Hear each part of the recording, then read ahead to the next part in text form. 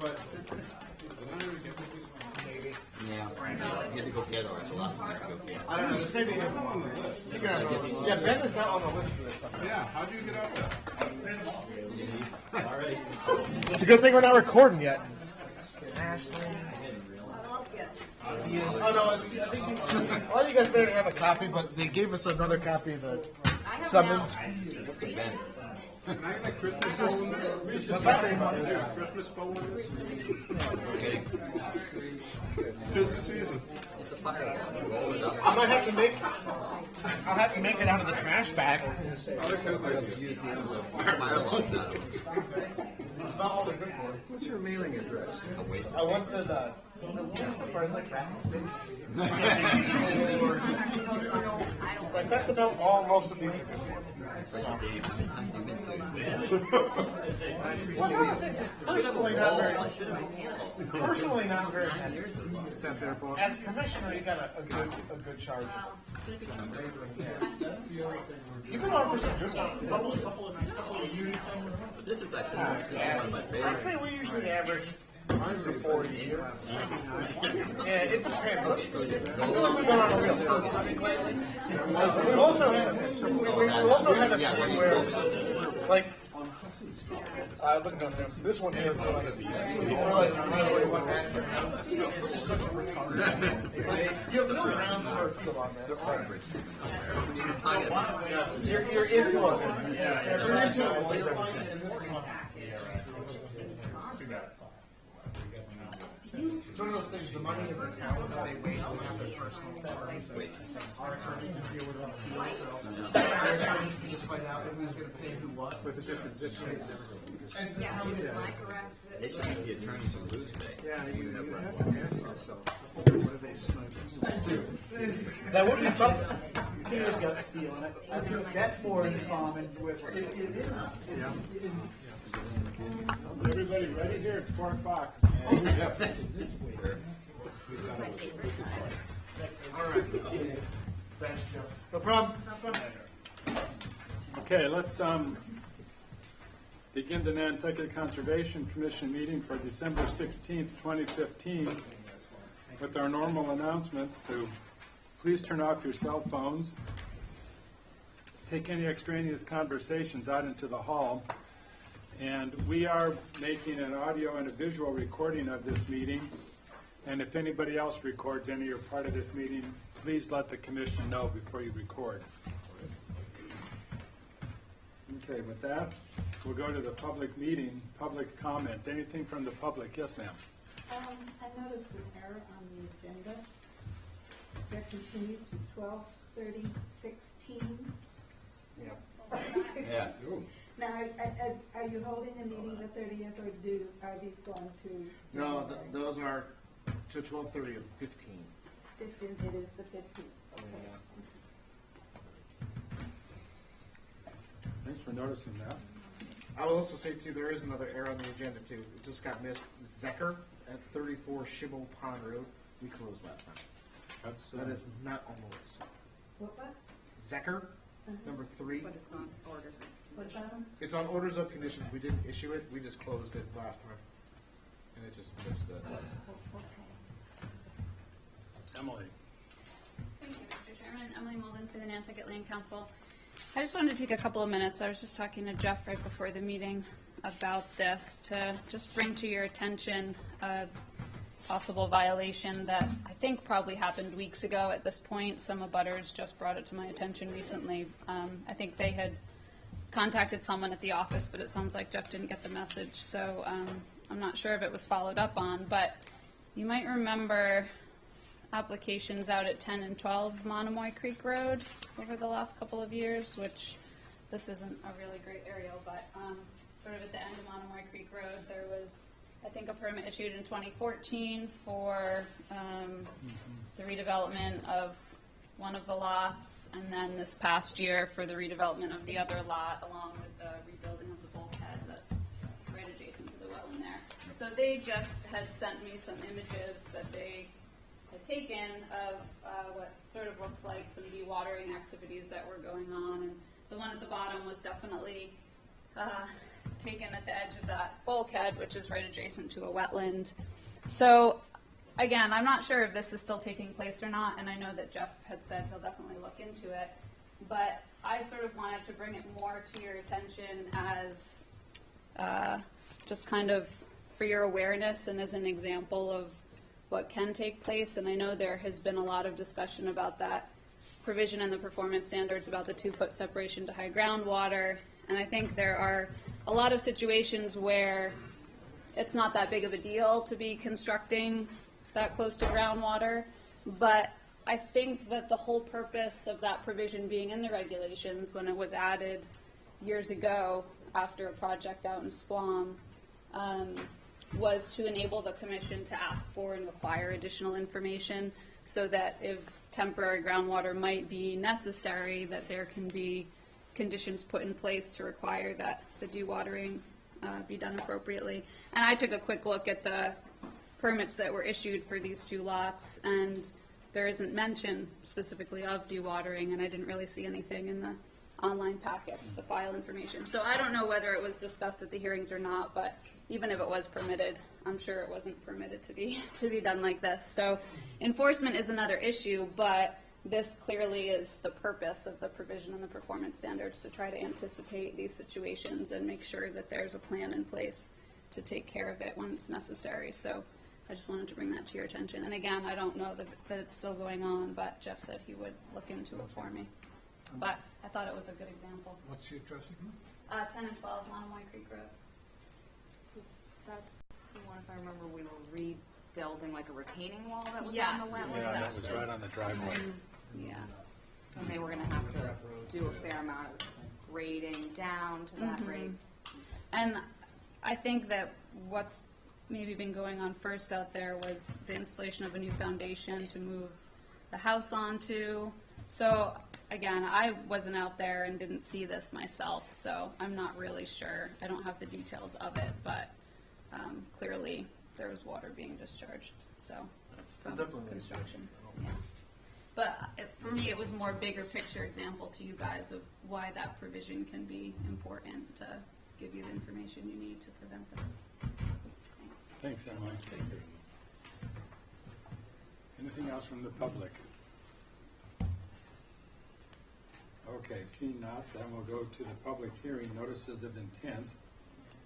And the following are continued until December 30th of this year. Schneider at 1 Brox Court, number 1 and number 2. 47 Monomoy Road Nominee Trust, 47 Monomoy Road. And we'll just skip down to minor mods. Oak Hill Investment. It's at 341 Nantucket Road. Those, again, are all continued until, that one goes to, says 1/13/16. So that one does go to the January 13 meeting.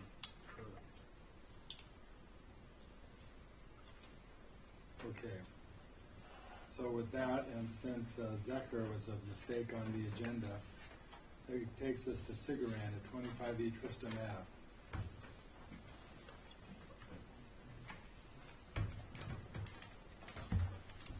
Ave. I should have hid that from you.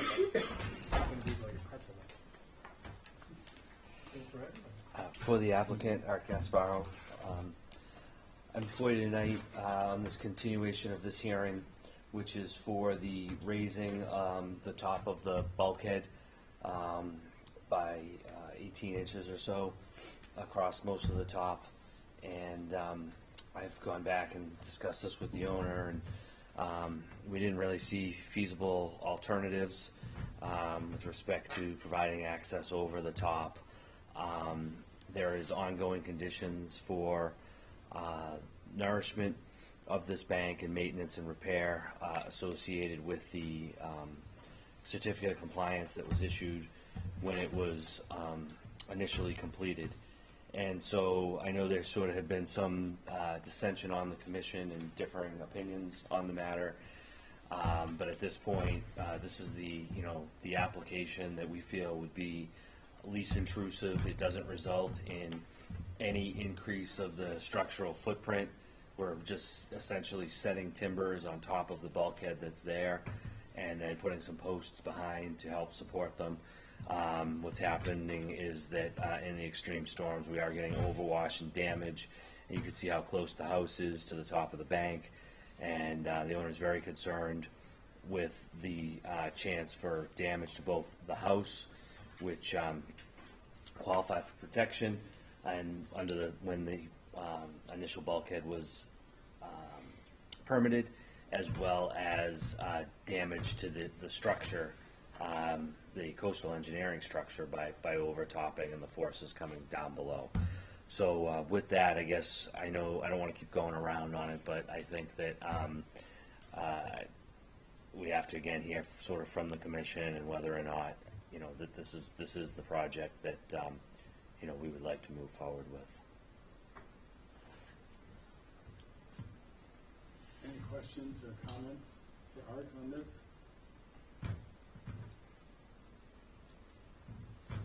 Anything from the public?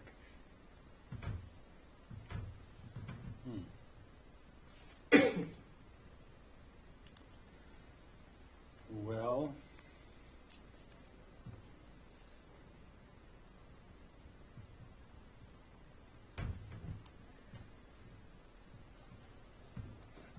I guess I'm just trying to think of what harm this will do.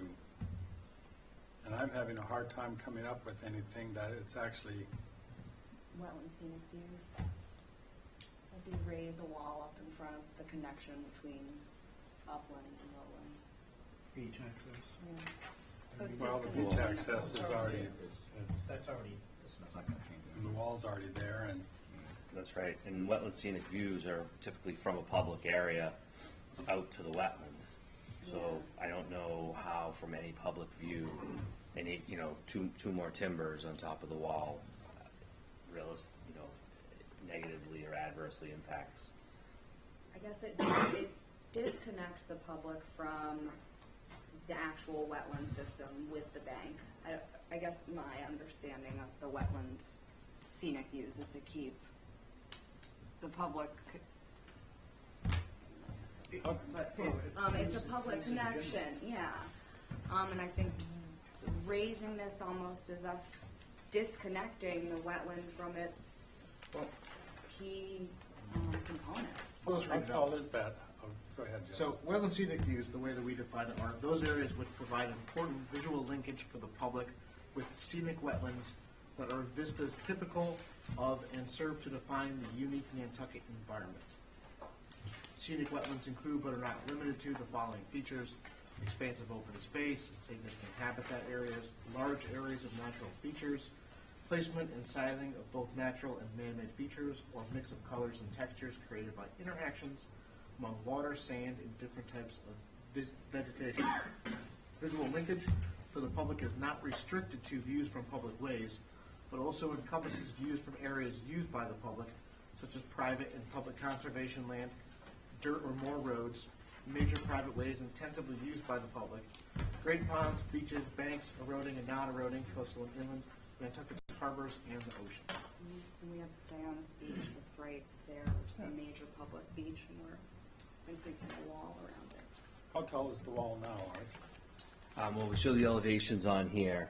The top over on this side, which we're proposing to match, is elevation 11.1, and the beach is down at 4. So you're talking about 7 feet 7 feet right now. there, and then down in here that would be a little bit higher than that because the beach is a bit lower. So if the Celtics come out, they might notice a difference, but the rest of us probably aren't. 11 I mean- inches, I mean, it's. Right. I mean, we're just trying to stop that 7 foot. washing down. That Two more timbers, is that what you're saying? that's right. 6 by 6. Um, 2 6 by 6. So we're really- No, we're using 6x8s, which is shown on the plan. Yes. Well, I think without driving the issue into the ground, I mean, we all see the peninsula effect that it is having. And, in a sense, we start setting a precedent by saying, yes, you can continue to build this and build it as necessary indefinitely. And the fact is, it is interfering with the wetland view.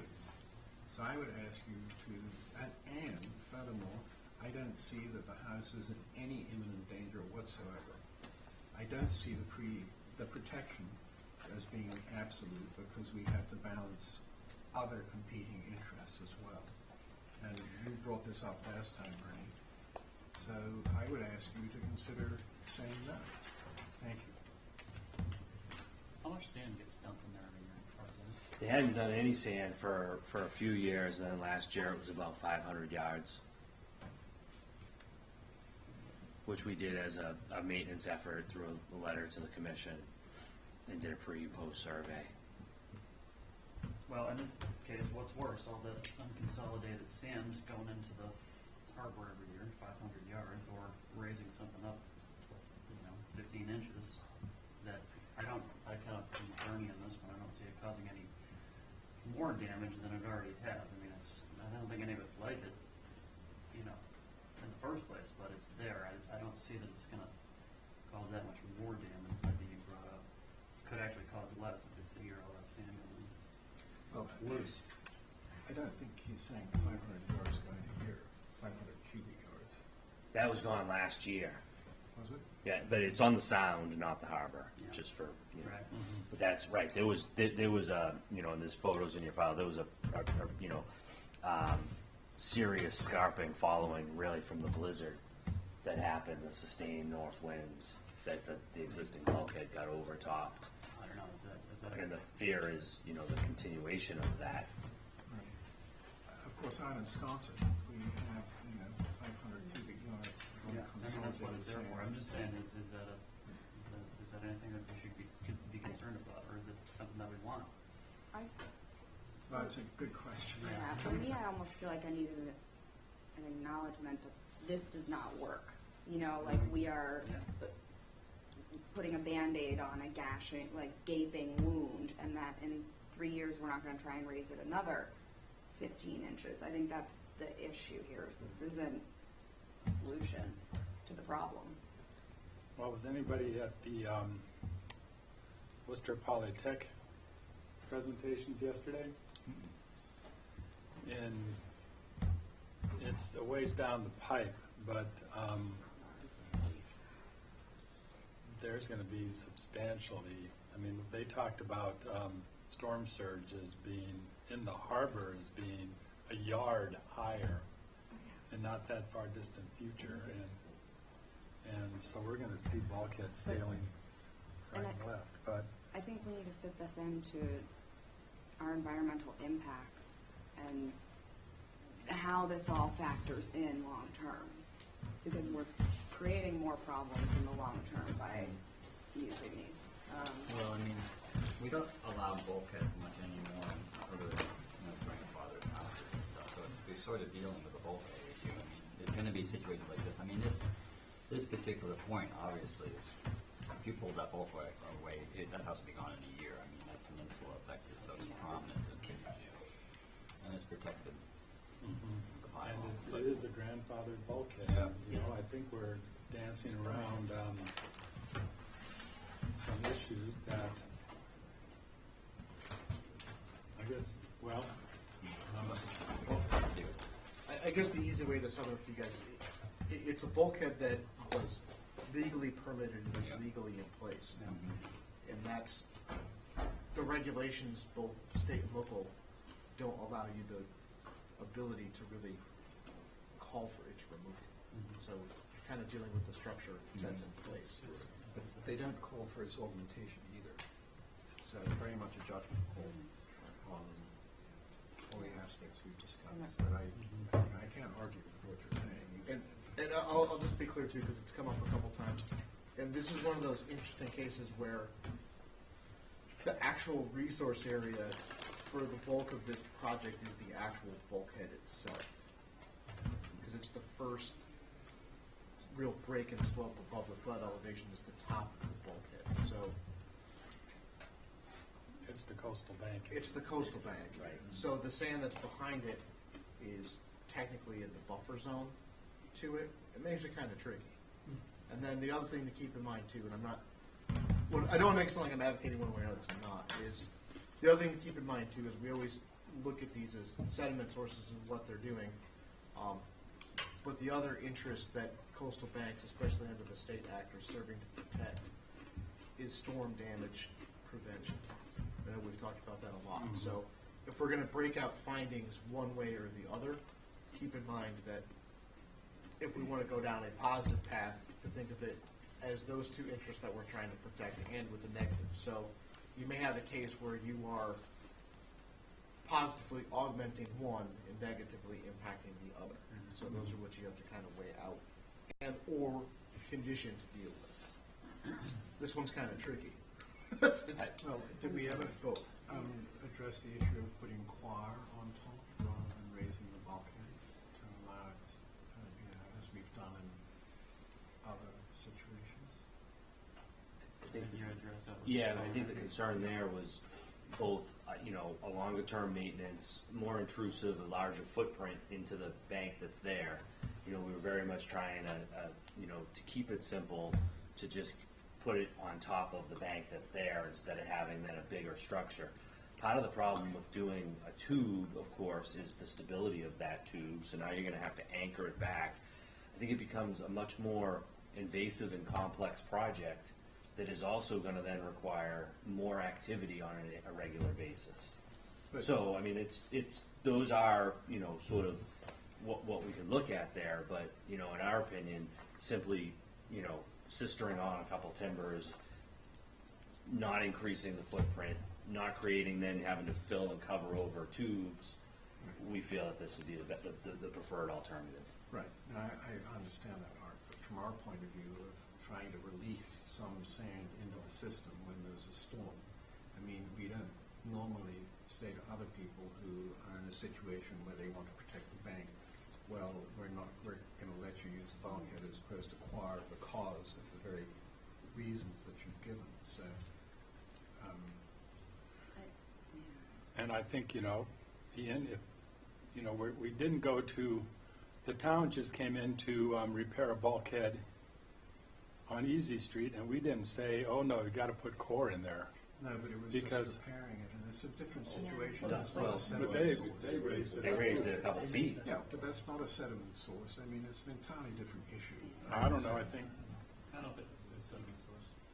I mean, it's acting like it because it wasn't built tall enough for it. But let's, But at what point, I guess, But we can want we it to set be a failure sediment source. criteria maybe, to this? I think, but bulkheads aren't designed to be sediment. Because No. if sea level's rising, we know it is, we know we're getting these big storm surges, we're raising this thing up, we're losing the beach in front, so velocity of the waves is gonna bring it further up the system. So when is it a failure versus we raise it up another 3 feet? Because this can go on and on and on and on, and I think we need to set a point here. I mean, science is telling us sea level is rising, we'll see more of these things. We need to be a little more proactive about. I think, if I may, we're only doing just enough. In other words, we could take that approach then and say we're in here asking for it to be 4 feet higher, right? Because we know all this other stuff's going. We're just doing just enough to try to keep it, as a minimalist type of a project to stop the scarping and the damage that's happening. And, in terms of failure criteria, I don't see how that really works, only because the structure itself has already been permitted, and you have the house qualifies for protection under the regulations. So I think that that's a sort of specific there, that the project before you is just the incremental increase, and that's why I'm not going higher, and that's why I'll tell you another. I considered do you come in here with sheet piling, do a whole no? That's I think that we're just trying to make it a little better than it is. And again, we're not going any higher than what exists already over on this edge. We're matching the height. And I'll tell you that I met there with the owner, wanted it higher. I said, look, let's just do just enough. Let's match this height here and just carry that around on top of what's there and see if it's a bit better. It helps you so you're not getting the damage that you're getting that's then, going to just continue and results in all this activity and machine work. And hopefully we can maintain a vegetated, stable bank. That's the approach that I felt on the project. well, I think we're kind of going around and around. I'm kind of curious what this end of the table thinks. I'm in favor of it. I'm in favor. So we would encourage Jeff to write a positive order, probably. just don't like sending people out thinking one thing when it's not clear what the commission really thinks. I appreciate that. Well, it doesn't do us any good, it doesn't do you any good. Increasing potential for damage. That does exist. Yeah, it does, and I think if there's damage, they're gonna come back in and wanna do something. Yeah. But that's always the case. I mean, anytime, every bulkhead on the island has that potential, and Yeah. I think that's where we need to look at our regulations and the improvement factor and failure criteria. And when expanding these things is really a Well, you're right. failure of the system. It's when you expand them Yeah. in length, which seems to be the real question. You know, it's definitely questionable.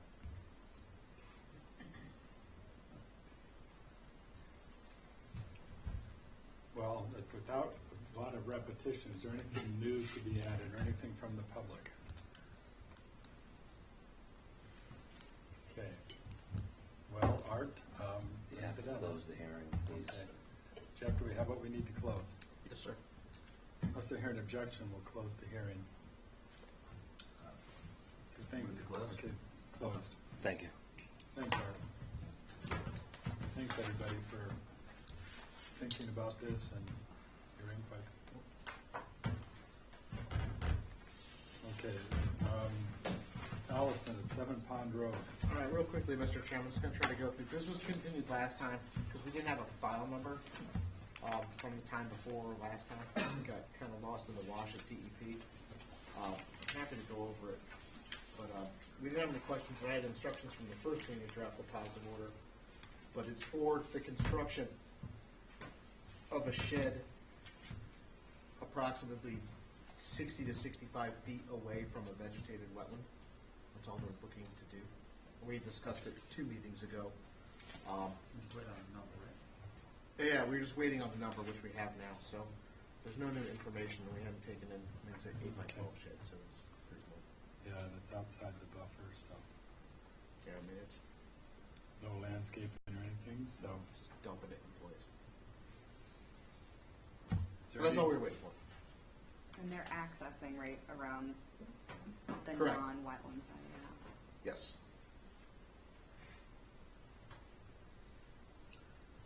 Well, if there's no, so we have everything we need to close. Yes. Now, anything on the public on Allison? Do I have a motion to close? Motion to close. All in favor? Aye. Any opposed? That carries unanimous.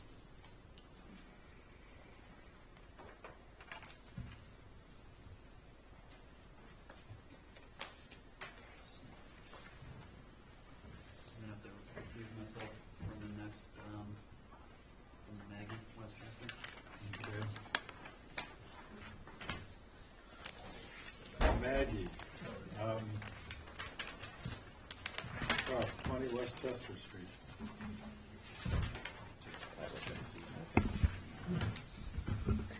Brian Madden from LEC Environmental Consultants with Don Bracken, representing the applicants, Maggie Westchester 2 Trust. The proposed project involves the reconstruction, raise and rebuild of a single-family dwelling.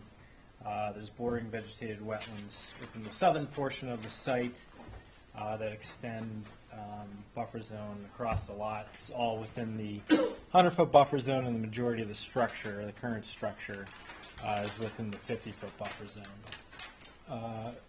But the proposed project is to improve site conditions out here. To start with, the new footprint will be relocated further away from the bordering vegetated wetland system. There will be a net reduction in square footage within the 25-foot buffer zone. And under existing conditions, the structure has a concrete block foundation and with a permanent dewatering system that discharges directly to the wetland system between wetlands flags 2 and 3. That proposed dewatering system, permanent dewatering system, is being removed. And the proposed structure itself, the new structure, will sit on a monoslab helical pier foundation which will result in an improvement over existing conditions. Due to the depth of high groundwater, which is about 2 feet south of the structure, there will be a need for temporary dewatering during construction.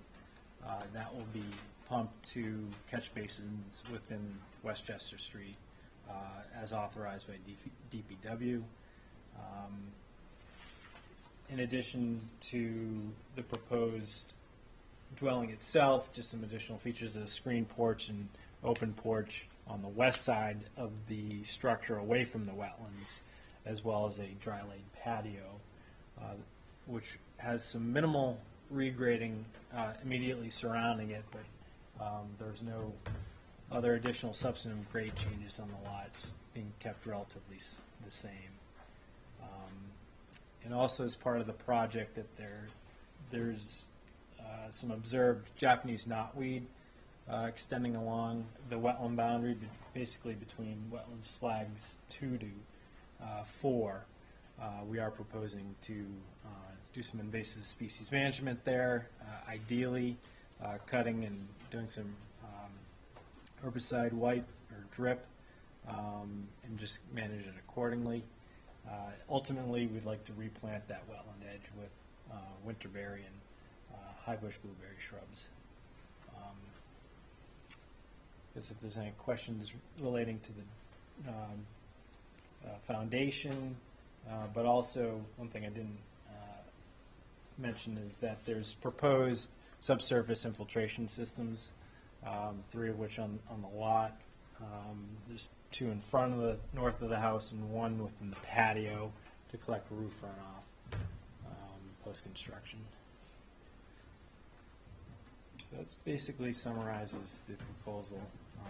If there's any questions relative to the foundation or the drainage design, Don's here to answer any of those. Any questions for Brian? Are you guys planning on increasing the buffer zone at all, or just managing the invasives that are there? And Ideally, I'd like to see like a wall along the buffer zone of plantings to properly demarcate it and prevent that any future encroachment. I think there are opportunities to augment the buffer zone here. okay, and maybe add to it a little, or is the lawn going to kind of go? Well, currently, if you see here, this is the lawn edge, and so currently there is portions of the lawn within the wetland itself. We can revegetate that area as well as some buffer zone to kind of square it off a little bit.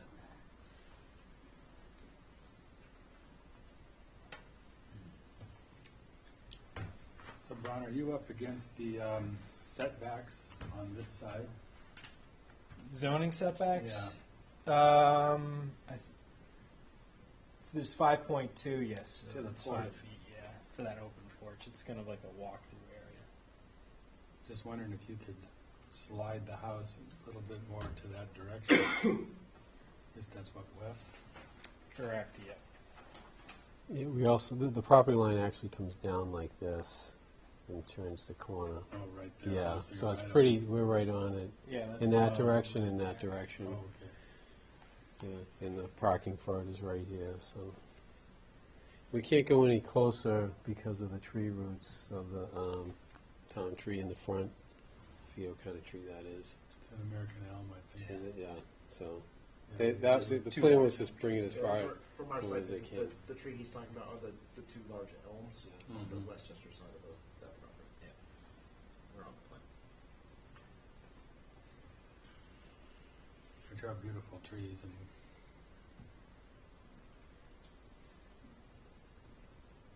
I mean, correct me if I'm wrong, but isn't this a new house being built then?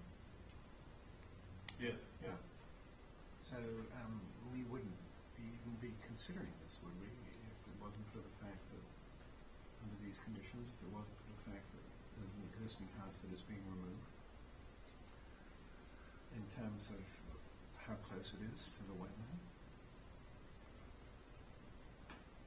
well, again, I think now we're back to that situation of they have a house, and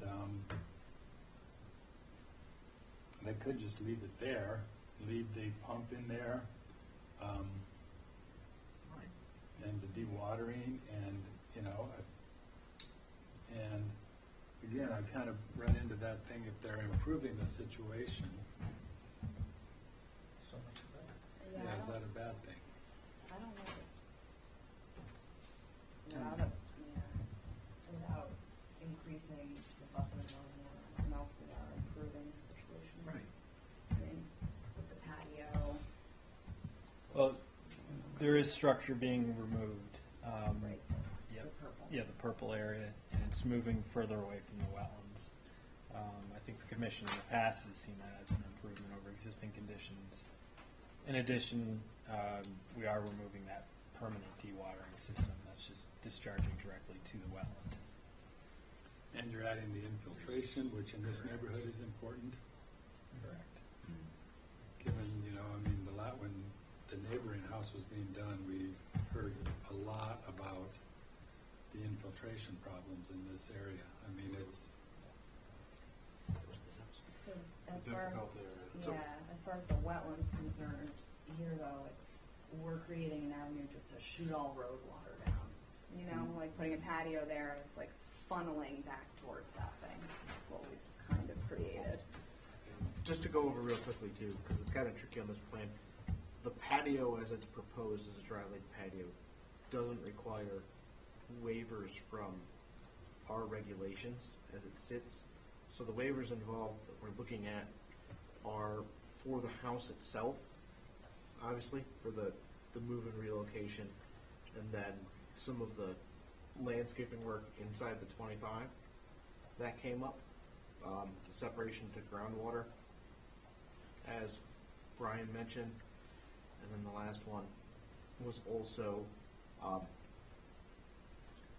altering greater than 50% of the area between the 25 and 50 foot area. So that part does, but the project is if you take it piece by piece and just horizontal separations, the one aspect of the project that amazingly doesn't require a waiver would be the actual patio. Yeah, and under existing conditions, you know, technically the existing house and all the features are non-compliant. So we're trying to improve site conditions as feasible. What percentage between the 25 and 50 is being altered? Well, 100% of it is altered currently. I don't know exactly what the limit of work is within that area. I mean, there's the only area between the 25 foot that's won't be altered is basically this area. Because it's from lawn to hardscaping, right? Basically. Over here. It's all. Here's one, correct. Yeah, all along in the back. Do you know when the porch was enclosed on the existing house? Yeah. Looks pretty dated, so I would, Was it? yeah, I would say it's been a while. you're putting helical piers in this. Right, yeah. So, and you're taking out blocks. Taking out the blocks that are there, the geotech engineer has done a report, and 2 borings, one in the front, one in the back. Because of the peak unstable soils, that's why they're going with the helical piers. There'll be a lot less disturbance than trying to dig it out and bring in stone and dewater that area. So you won't have to do any temporary dewatering on your piers then? Well, there will be temporary dewatering because the piers will be on a concrete slab. Oh, okay. Yeah, and there'll be stone underneath the slab. So by the time you get down to that level, you know, you'll have to dewater about a foot or 2 feet into the ground. Same process that was done next door. Oh, so you do have to go down to put the piers in. Yeah, right. What they'll do is they'll dig down, maybe like I said, a foot to 2 feet into the water, fill it with crushed stone, and then they'll go through the stone with the piers, and then they'll cap the top of the piers with a concrete slab.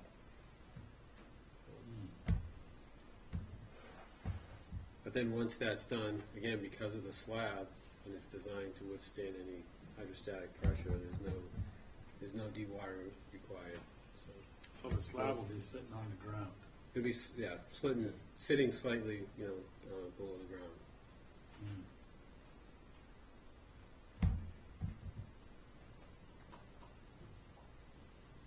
I've seen foundation plans. I know on the next door house, I want to say that thing sits on 20 or 24 piers that went into the ground and then slapped on top. So I imagine this would be something. So it seems like 52 Washington Street did the same. Yeah, exact same thing, yeah.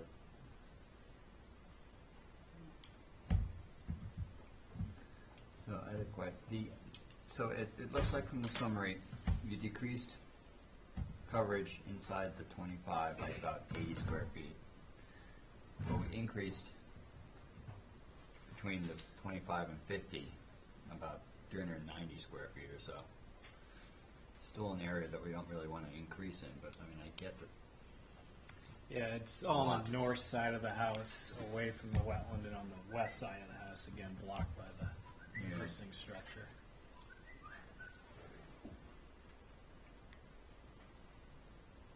This one's tricky because you rarely run across places that have such amount of standing water that close. I mean, it's one thing we get these, sometimes the wetlands are like, you scratch your head, but this one is like so, it's like a water feature on the property. Really close to the patio I know. There's been a lot of changes in that area that has moved water from one place to another. Water that used to flow no longer flows. I'm sure any of the neighbors can attest to that. So there have been some improvements over the last few years, especially with the project next door that we had done. The road runoff used to come right down the driveway into the backyard. Since then, they've built that up, and the town has added another drainage pipe so that less water is going there now.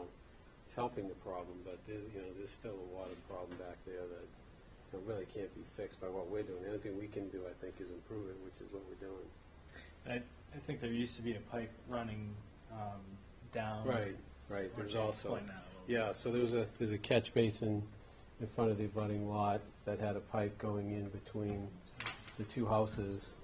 And last year, the town put in a new drain line that removed that flow down between this area. It did pass it along further down, but in the immediate area, it was an As part of improvement. this reconstruction, this was capped.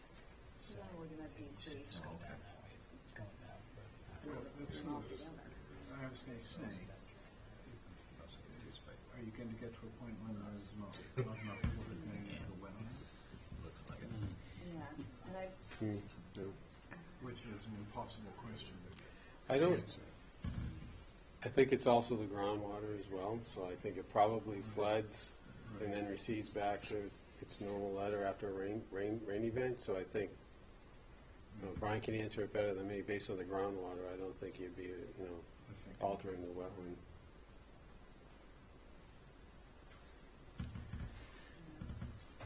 Anything from the public?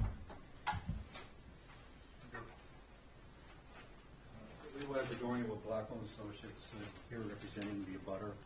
And I'll start off by saying I have been talking with both Don and Brian about the project. My client's main concern is 6 and 8 Westchester to the east. Thank you. And the client's main concern is that the project mitigates all runoff on the property and doesn't add to the problem. I should let you know that right now, we've been working with the town to try and improve the drainage system back there. It is a town system. It flows into Gull Island, eventually goes out Easton Street to Parent Point. Actually, it's now been truncated over to the new system that ends out at Nantucket Yacht Club. But in any case, we have been working with the town and discussing some improvements with the town, but my client's main concern here is that we don't increase the peak flow off of this property. Don's plan does handle the roof runoff. He's not changing the grade in the back. We're all good with that. So there's been a good cooperation between us and Mr. Bracken and Mr. Madden on that regards. But just to kind of explain what the situation is back there, so you get an idea what's going on, and Don explained it briefly. The town had these 3 basins out in front of this property. They blocked off the pipe that went down into this catch basin. And they put in a new 8-inch line, and they came over here and they just dumped the pipe out onto the budding property. from what I understand, with the amount of flow going through there, that 8-inch line is not adequate at this point in time. So this is something that they do have to fix. What we're finding, though, is that there's been an increase of runoff and ponding in the area as well. And so that's why we're going to the town and trying to get them to fix it. It's an old clay tile pipe. It's a 10-inch pipe, probably been crushed, probably has a lot of root intrusion in it. We're going to run the camera down there and do some dye tests to try to figure out what's going on. But again, our main point here is we're not expecting 20 Westchester to do anything regarding the drainage that's on my client's property, but we just want them to totally mitigate and not increase the peak flow coming off the property. But from what you're saying, you're happy that isn't going to happen at this point? Well, according to Don's plan, he's handling the roof runoff. It's better than what's there right now because there's an existing sump pump that's in that foundation that pumps water out onto the property, which is contributing it to the problem itself. And of course, we have to be a little careful here with trying to get rid of too much of the water, so to speak. I think what you really need to do is get rid of the surface water. And I give you a perfect example was when we did Woodbury Lane. We had a wetland area back there. They increased the size of the wetland.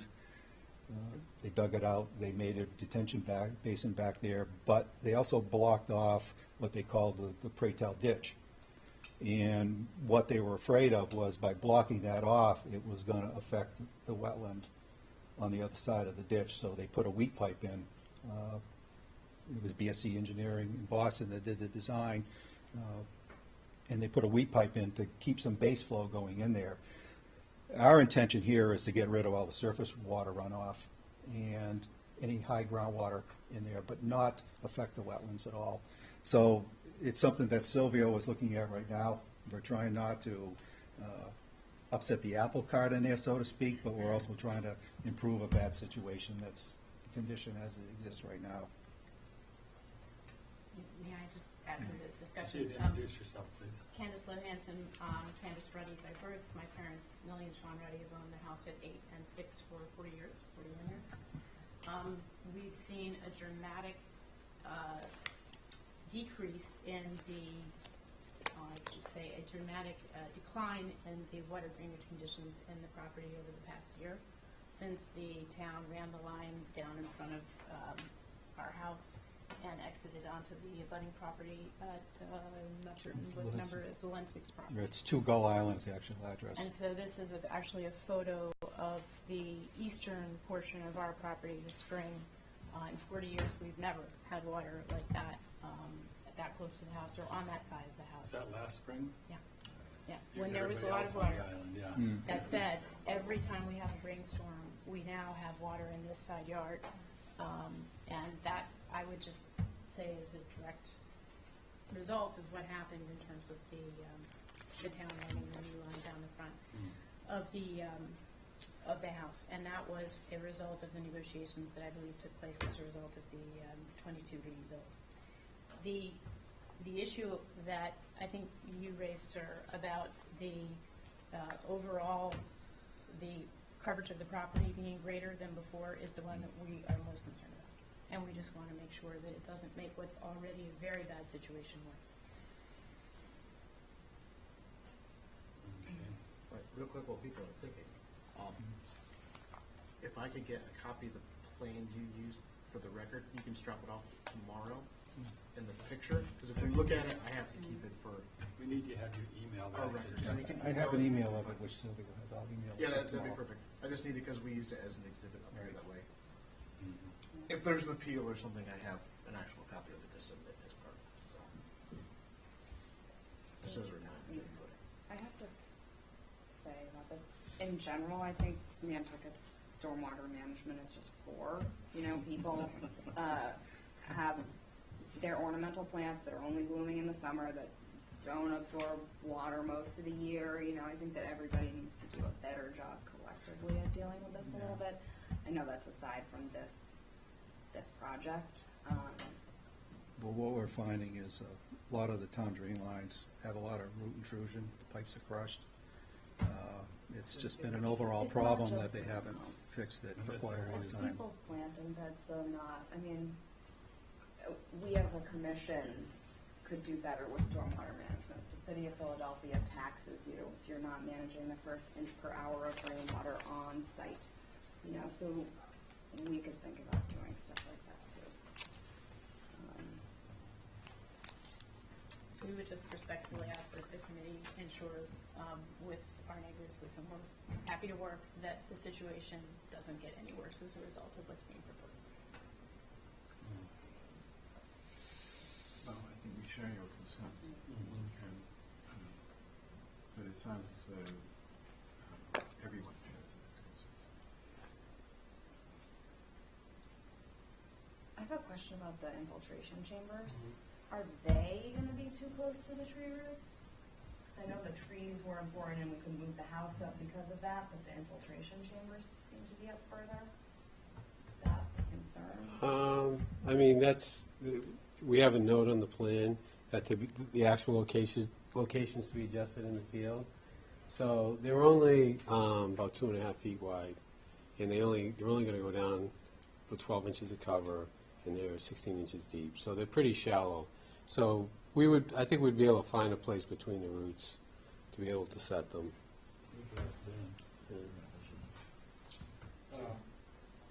Sure. So, yeah, I think we'd have to really work with you on this project to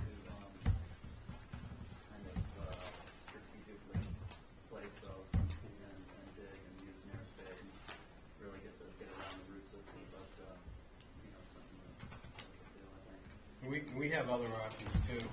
We could go with a flexible pipe and use stone instead if we had to bend it in some way. You know, as long as we get something that's going to take that volume going into that area.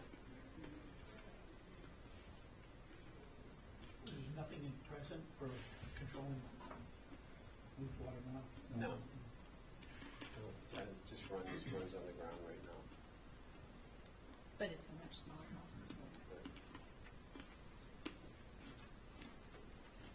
Ideally, we would run all of the water off of this house into the stormwater system, which would work. If it worked.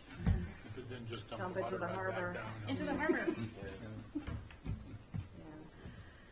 Did you have a depth to groundwater in the back? I saw you guys did a little. Yeah, there's, well, the geotech report had about 2 feet in the back, which is about elevation 645. So, I think it had 3 to 4 feet in front.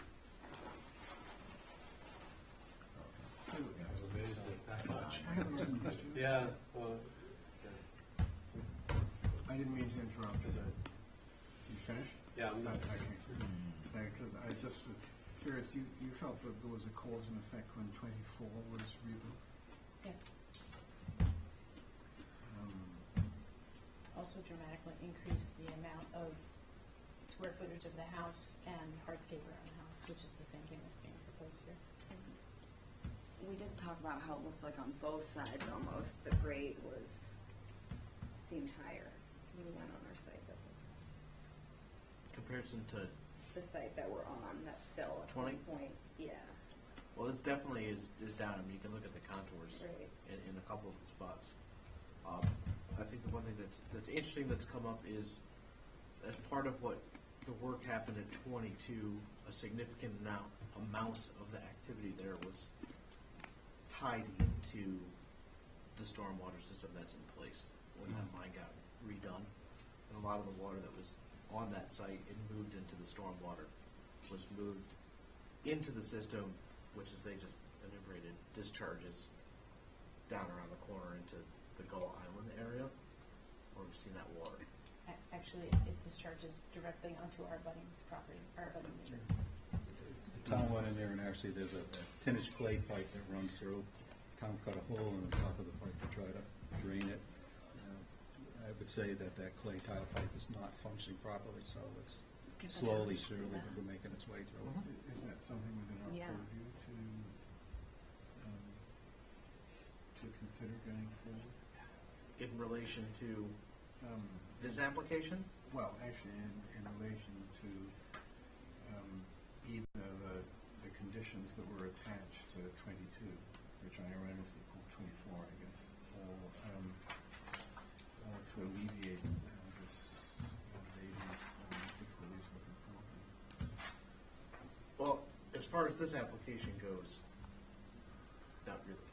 As far as looking into the application at 22, maybe, and then taking the other issue up with the town might be a possibility as well. I know with it having been an existing stormwater system, if they cut a hole or did something, that may be something that they can address, but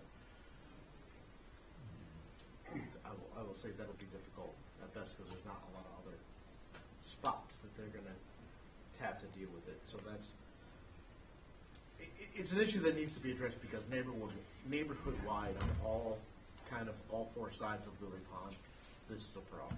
Whether it's Westchester Street or Lily Street or North Liberty Street or the upper end of North Liberty Street, this whole area is problematic for water moving and water moving on sites, and for better or for worse, over time, it's a very densely developed area too. And there's not a lot of open space. The stuff that's open is wet, and that's, we're kind of dealing with I didn't mean to sidetrack. a patchwork of information. No, I mean, it's tricky. It's the same discussion we had for 22 is, we're dealing with this specific filing, but clearly the problem is bigger than 22 or 24, Right.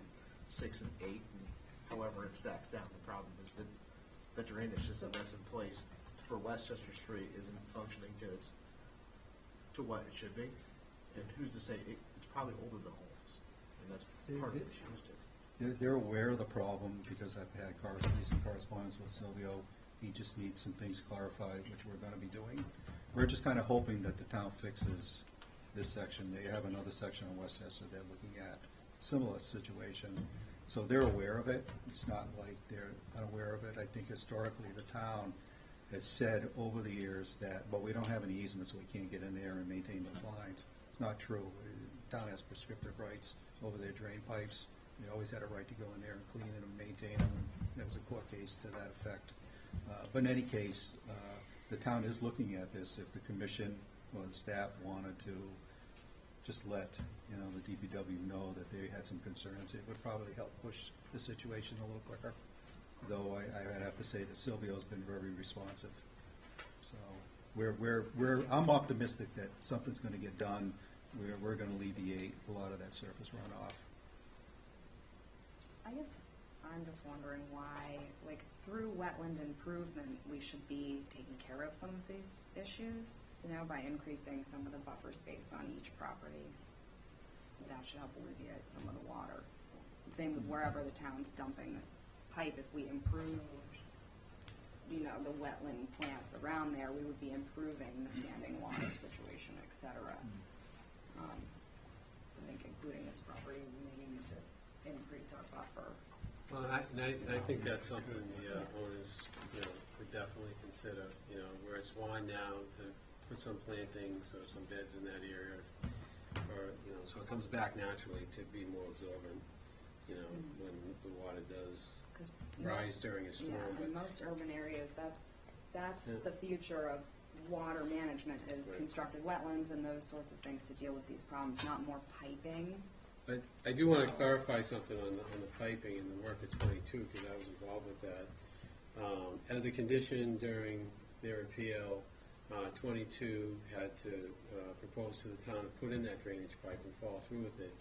The plan was to run that drainage pipe all the way down to almost Gull Island Lane, or Gull Island Road, tie into the existing drainage system, which already had an outfall with riprap and everything else, where everything was going. It wasn't until Leo told me earlier that they stopped short of that and, put it on the neighboring property, which is, I'm assuming is contributing to that problem. So if they go back to the original plan, that's going to help probably quite a bit and get it much further downhill into the lower wetland system, where the drainage system is already going. Yeah. Or again, the properties being more responsible for themselves and managing first inch per hour on site sort of thing, especially in these areas we're striving to.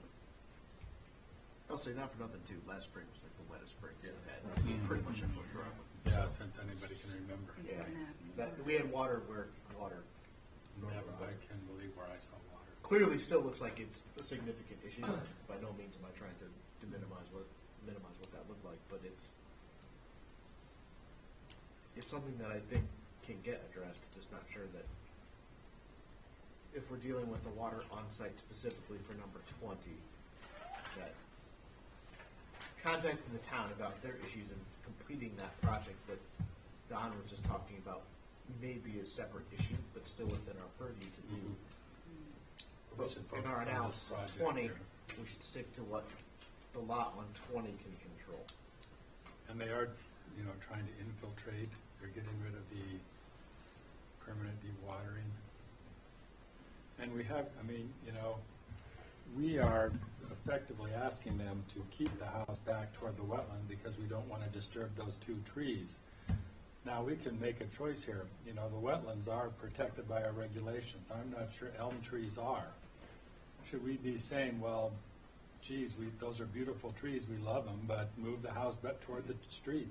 I don't think we want to do that either. Well, as far as like rain and stuff too, that would affect the wetlands if you remove that canopy.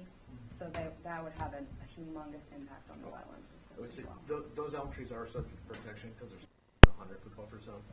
So you'd be evaluating those as terms of wildlife habitat and the other interests for vegetative wetland. And if they're even outside of the normal vegetative buffer zone of 25 feet for modification, I think, and we saw it in the same one with like 11 Well Winter Road last time, where sometimes components that are outside of the regulatory buffer zone are providing a benefit to the performance standards that can't be replicated or conditioned, like habitat values or flood control values or storm damage prevention values. That protection of those within our jurisdiction is probably just as important as where things are located to buffer zones. Because really, the buffer zones are there as just a guideline to deal with ways to address our performance standards. And if we can meet the interests that are ultimately being protected, sometimes there's that connection that you have to address or deal with. So I was just trying to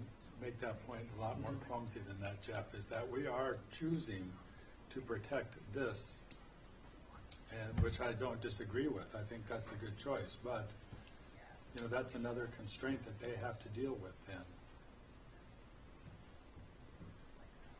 But that isn't, we didn't see the other proposal closer to the trees, so that's not for us to, that's kind of, this is the one we've been given. We need patio here, are all those things necessary? well, not to summarize, but we've been talking in circles for a little bit, just to keep us in summary. It sounds like from comments that we've heard, and I'll try my best to summarize, is we're looking for kind of a look at the area that's within that 50% alteration between 25 and 50, and then we're also looking for a little bit of clarification on the infiltration systems for what's going to go in, and then some clarification on wetland and buffer zone enhancement as far as vegetation, like where they wanted to put it and how they want it to sit. Square footage of mitigation or whatever. Yeah, I wouldn't necessarily call it mitigation because I don't like using it in swap for what's there, but I think as part of enhancing it, clearly there's an intrusion into the wetland that wouldn't be normally permissible. That in this case would be appropriate. I also don't think it's out of the question. I know we don't do this often, and I keep meaning to talk about it a little bit. It would be interesting to see if we're going to be looking at some sort of buffer zone enhancement, that buffer zone enhancement may have the ability to tie a little bit into the abutters buffer zone enhancement to create kind of a continuous area so it's not patching. That's a little trickier, but you guys can come up with some way to maybe look at that buffer zone or what you're proposing as far as restorative efforts through there. I think that would be helpful to see. Yeah, certainly there's some limitations on the southeastern portion of the property. Probably something starting at like 3 feet at the closest point where the house is, and then kind of widening out, maximizing that southern portion as much as possible. Certainly we can explore that and show that on paper. And I'm sure we'll probably get to, Yeah, I just think we would want whatever that buffer zone area is going to be reflected on the plan of record. Yep. So when we finish and we get a as-built for a certificate of compliance, we know that that area was restored in compliance. I have another curiosity question. Being this so close to this wetland, do you see any possibility of when you, I know you're not digging down, not digging down, I watched one of these last year or 2 years ago. You're not really digging down. How far down is he actually digging?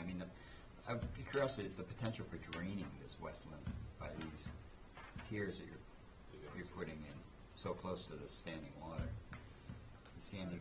I think, the stone underneath the slab will be below the water table. Then once construction is done, the water table will just restabilize to the same elevation. So It's not going to provide a conduit to, right. Yeah. It will fill up the stone underneath and probably fill up a little on the sides. And To answer your question, Andy, because we've talked about this a lot lately, and we talked about it a lot for 22, you're not dealing with a perched water table situation. You're dealing more in this case with true groundwater. True groundwater.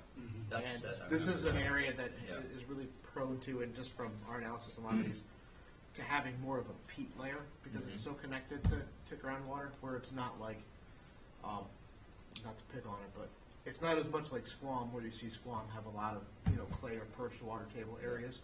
We have those little pockets, and then true groundwater is deeper. Right. This is true. This is groundwater. Right. I remember your discussion on 22 about the peat layer. yeah, and this is peat as well. When they're going to take down enough peat and enough stone just so that they can work on it. Yeah. Yeah. Which, it being true groundwater, is also partially what's contributing to the overall drainage problem for the area. Can't go. Because there's nowhere for it to go. That's why The we peat makes query it such a why, carbon sink. that's why we're asking how this infiltration system can even work, if you're just going into ground where the groundwater level is so high. But I trust the engineers can explain that to us. Yeah. But that's what our primary concern is. Bigger house, much more hardscape, a lot of groundwater already, how can you infiltrate into groundwater that's already there? You do have the perk of the gravel under the house, which you didn't have before. That was the point they brought up last time, 22. Well, I live at the other end where Lily and Hussey and Gardner and our basement last year, we had water, and we have groundwater right below the basement, which is perfect grasshopper breeding ground. Everybody needs some grasshoppers. Just getting in touch with them. So it's a problem. That's summary, but it looks like we're looking for a little bit more information. And there's a gentleman, did you want to speak, sir? Promised my client I wasn't going to speak. Whitney Gifford, Reed Gullickson, Hanley and Gifford. One small point to add to your summary. In the construction dewatering, we want to make sure that the dewatering gets into an effective a catch basin and not the one that just goes around the corner and comes right back. So if that can be added to the schemes and the plan, that would be just the one minor point. Yeah. Thank you, good point. Yeah. And when they did 22, they didn't put it in that catch basin. They ran it down and got it to that further catch basin where they should have tied it to begin with. So it won't be going into this new line and adding to that problem. Okay. Well, sounds like we need further information, Brian. You want to continue until, which one? The meetings are on there's the 30th, or 2 weeks after that, or January the 13th. So the choices are the day before New Year's Eve or the second week of January. I'm already here. I just wonder about the I'll warn you, I will probably not be here the day before New Year's Eve. It makes a difference to you. All right, well, to be safe, we'll take Yeah. the January meeting. I guess. Okay. Not to try to push you. Unless I hear an objection, we'll continue this until January 13th. January 13th. Thank you very much. Thank you. All over the place. All right.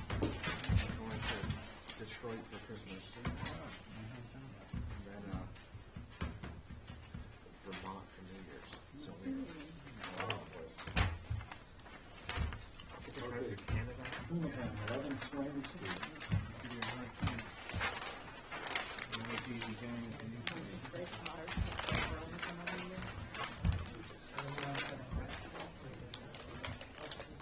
Did you see my email, Jeff? I did. Yeah, I don't we know why- actually mailed it to the town, not DEP, is what I found out. So Oh, anyway, they have it. so we're waiting for a file number for this one ultimately, but I think we can get most of the way there.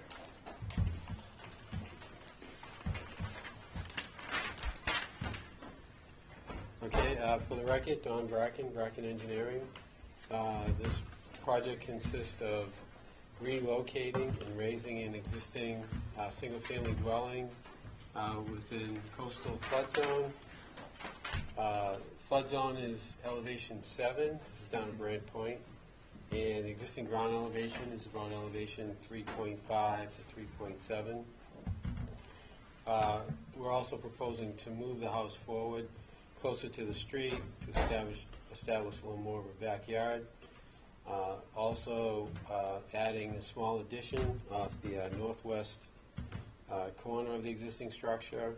Because we're going up, we're providing, redoing the decks and adding stairways in the front and in the back. Adding a proposed patio in the back, and also adding an underground propane tank.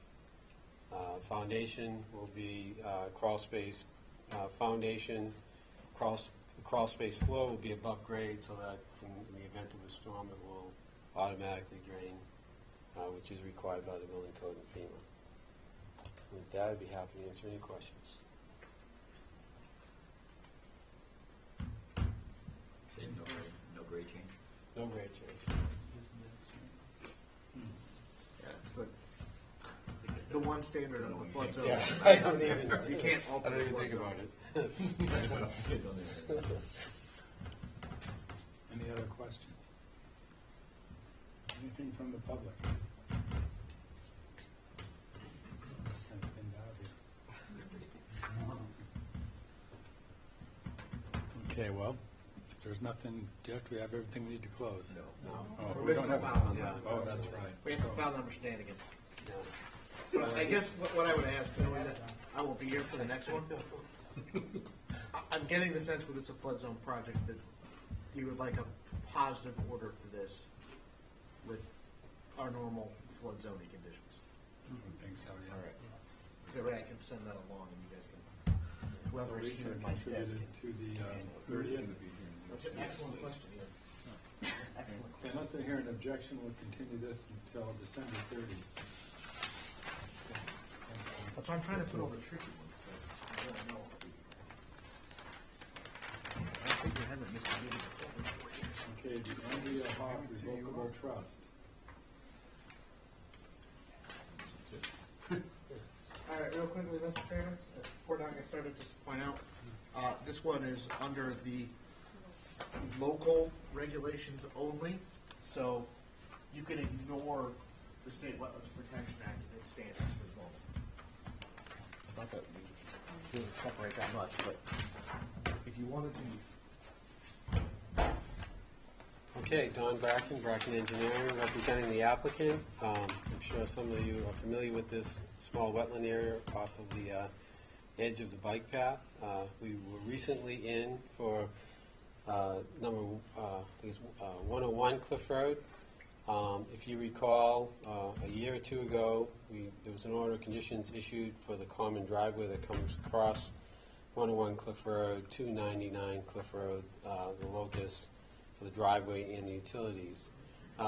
This request is to continue the driveway and create parking areas and construct a proposed garage. The main house and other site improvements are outside the 100-foot buffer zone. The driveway will be pervious, either shell or pea stone, most likely shell. We are proposing roof drains for the garage to go into a dry well, which will have a grate, which is located at the low point of the parking area in front of the garage. We've added a small earth berm between the edge of the parking area and the wetland, or right at the 25-foot buffer zone to the wetland. to make sure that that dry well will capture the runoff from the driveway and handle the runoff from the roof drains of the garage. We also have done several test pits in the area. And in the garage location, we went 12 feet deep and didn't encounter any water. So obviously that wetland system's probably held up by the soils. So we're proposing that the dry well will be adequately above the groundwater. It's going to be 6 feet deep, so we should have at least a 5-foot separation to where we know there's no groundwater. Real quick, though, I can actually help Don answer that question a little bit. The wetland that's in question here in the front of the lot was one of the ones that was constructed as part of the Cliff Road bike path. And between those of us here, I'm not sure about how well that was constructed by the state when the state constructed it. So Yeah, I know what it's supposed to look like, but. yeah, I'm not sure if it connects to groundwater, if it has hydric soils. Really, it was a project that Mass DOT did, and Mass DOT signed off on. So, for what it's worth, like we've always said, if we had a wetlands grading system, this one would be. I don't really know how much of a wetland it really truly is. Yes. So, Doesn't get much water. the fact that he doesn't have groundwater at 12 feet and isn't significantly different in elevation from there is not surprising. So what material will you be using in the pervious driveway? I would say either shell or pea stone, most likely shell. They haven't gotten that specific yet. Any other questions? There's no way to pull the driveway like a little bit further out. Further out in which direction? Just away from the 25. I just think we tend to, because they're pervious, we put driveways really close to wetlands, and then it's like asking for oils and gas products to. Well, in this case, So- it should be impervious and with a filter system and funneling water to this wetland, yeah. So, yeah. But it's a wetland, nonetheless, so it receives the same protection. So, I think one of the issues here, it's like at a dead end, so people are going to have to turn around in that area, so they need that space. people need so many things. Well, I don't know, that's just my 2 cents. Very few cars, people that don't have a leak on it. I wasn't trying to make life Yeah. very pertinent point. And to be clear, too, there are no waivers required. So for they this wash project. the car outside the garage. Sure.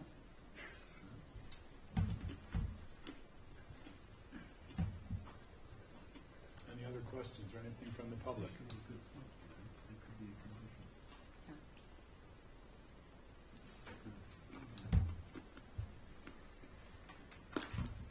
If there's nothing else, Jeff, we have everything we need to close this one. Yes. Don, you want to close? yes, please. If I hear an objection, we'll have a motion to close. Motion closed? Second. All in favor? Aye. Opposed? That motion carries unanimously. Thank you. Thank you.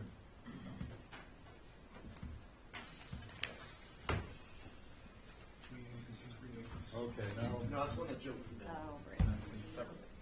Utica Street is 67 All right. Spring Road, and I'm going to let Jeff explain. I'll try to explain this as best I can. And I know Ben is happy to do this. So, at our last meeting, we discussed and deliberated an order of conditions for the Bucas property at 67 Squam Road.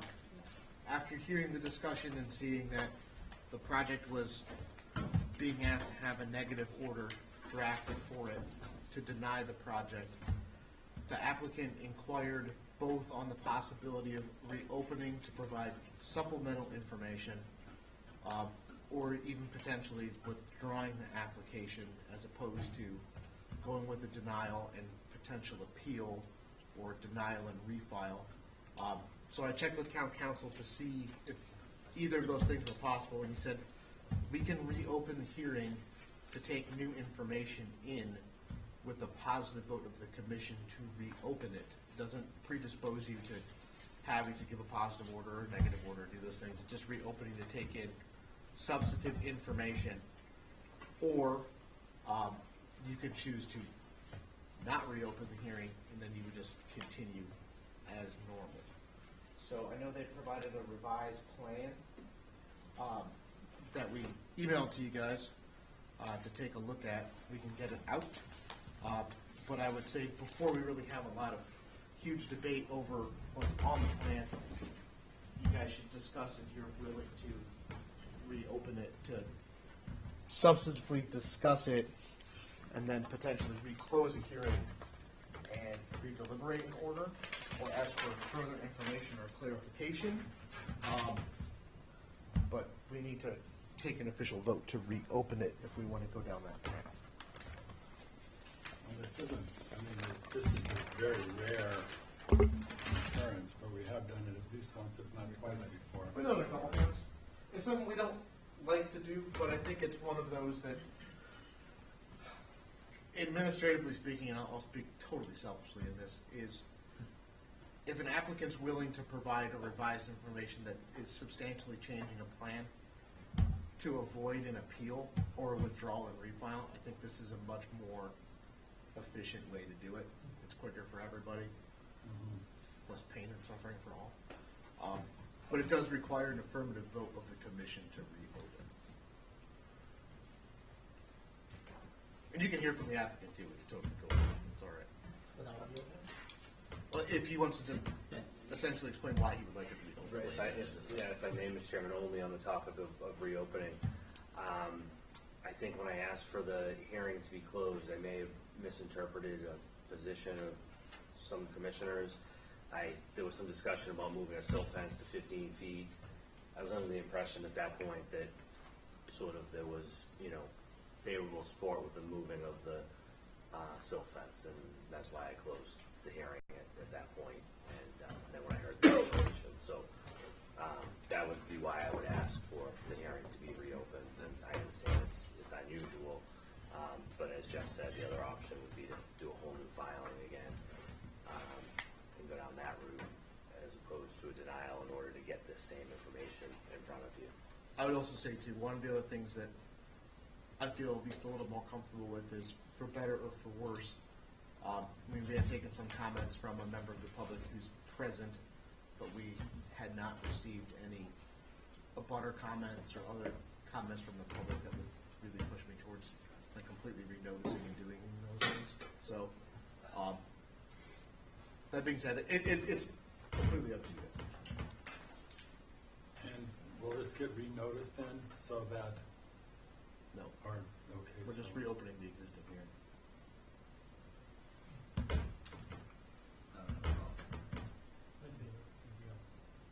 Well, someone wants to make a motion. Yeah, do I have a motion? That'd be outstanding. Second. All in favor? Aye. Opposed? Sorry. Opposed? No, I'm in favor of reopening. It's on page 93 of our December 2nd, for revisiting it. Okay. Well, that sounds like it's carried unanimously then. All right. So with it reopened, Art can start his presentation of what's This is for the changed. applicant, Art Gasparo. Thank you very much. I appreciate your willingness to hear the revised information.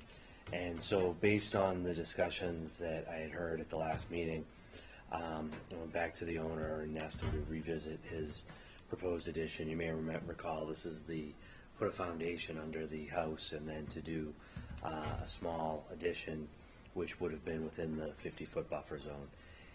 This plan that's before you has a couple changes from the last plan that you've seen. We reduced the proposed addition from, I think it was 215 feet to now down to 54 square feet. And the whole purpose at this point is just, this is a garage right here. And the addition, by adding on this addition, the owner tells me that makes it a functional two-car garage. And what we've done is to, Where is that? right here highlighted. Yep. So that's it. That's the extent of the addition. And the existing, Is the driveway gonna have to get bigger? um, Two car? Yeah, I would say we would make a slight change there to the driveway. That is, I hadn't been provided a full set of plans, but that would be logical. And relocate this little retaining wall over to here for the way it drives in. The second story deck would remain, and so what I did was to do a comparison for you that the footprint that would be increased here beyond the deck that exists is 37 square feet. Now, we had been proposing before to remove this shed, which is as close as 10 feet from the wetland, so we still propose to remove that. At which point, when we take the 37 square foot of new footprint here, minus 32 from down even within the 25, our net increase is 5 square feet of footprint within the 50. With that, we also still propose, as we had before, to create a 500 square foot vegetated buffer. And then I also changed the plan based on the discussions that, with concerns with construction impact in vicinity to the wetland, to add a second silt fence here, 15 feet away, so we would have double silt fencing, essentially one that would go along so that when you do your plantings or whatever, you don't have siltation, and then a second that would serve as a construction delineation. And then I also moved the silt fence here to 15 feet away from the wetlands. So I've tightened up the envelope, tried to increase buffer zones, and at this point, we're proposing basically, a vegetated buffer immediately adjacent to what's lawn right up against wetland that's 100 times greater than the 5 square foot increase in structural area. And with that, I'd be happy to try to address questions or concerns that may be outstanding. Any questions? Oh, that's quite a difference.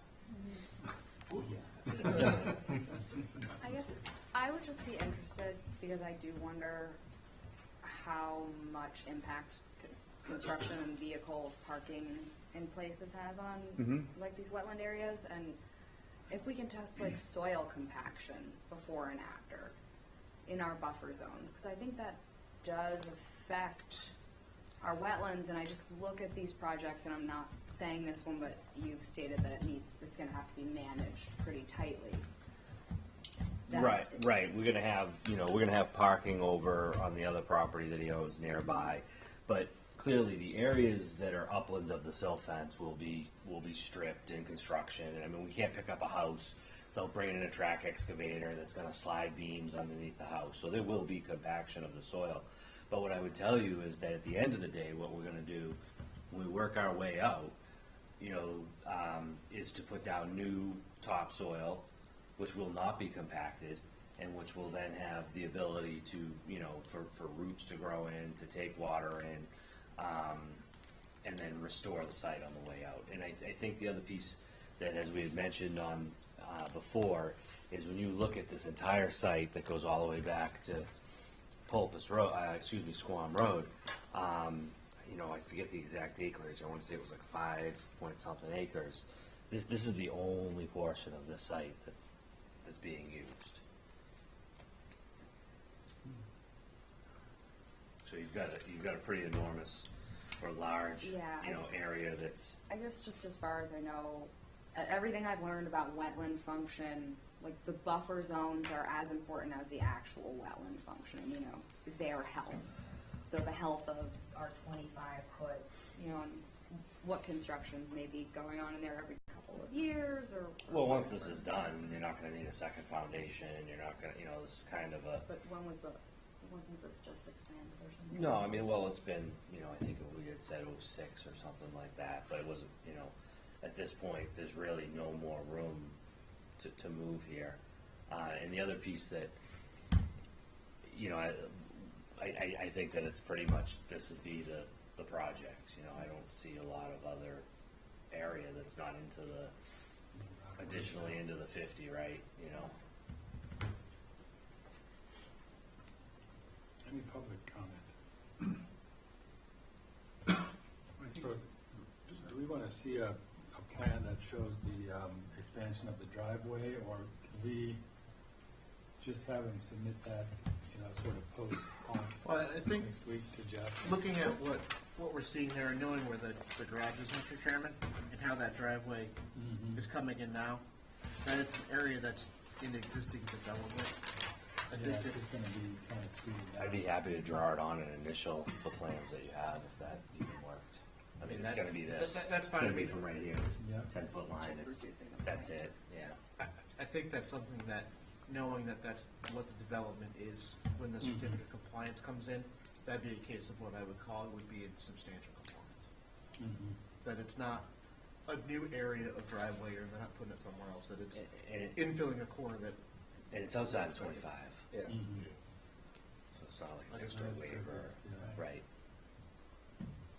Well, let's just get us. Ian, do you have something?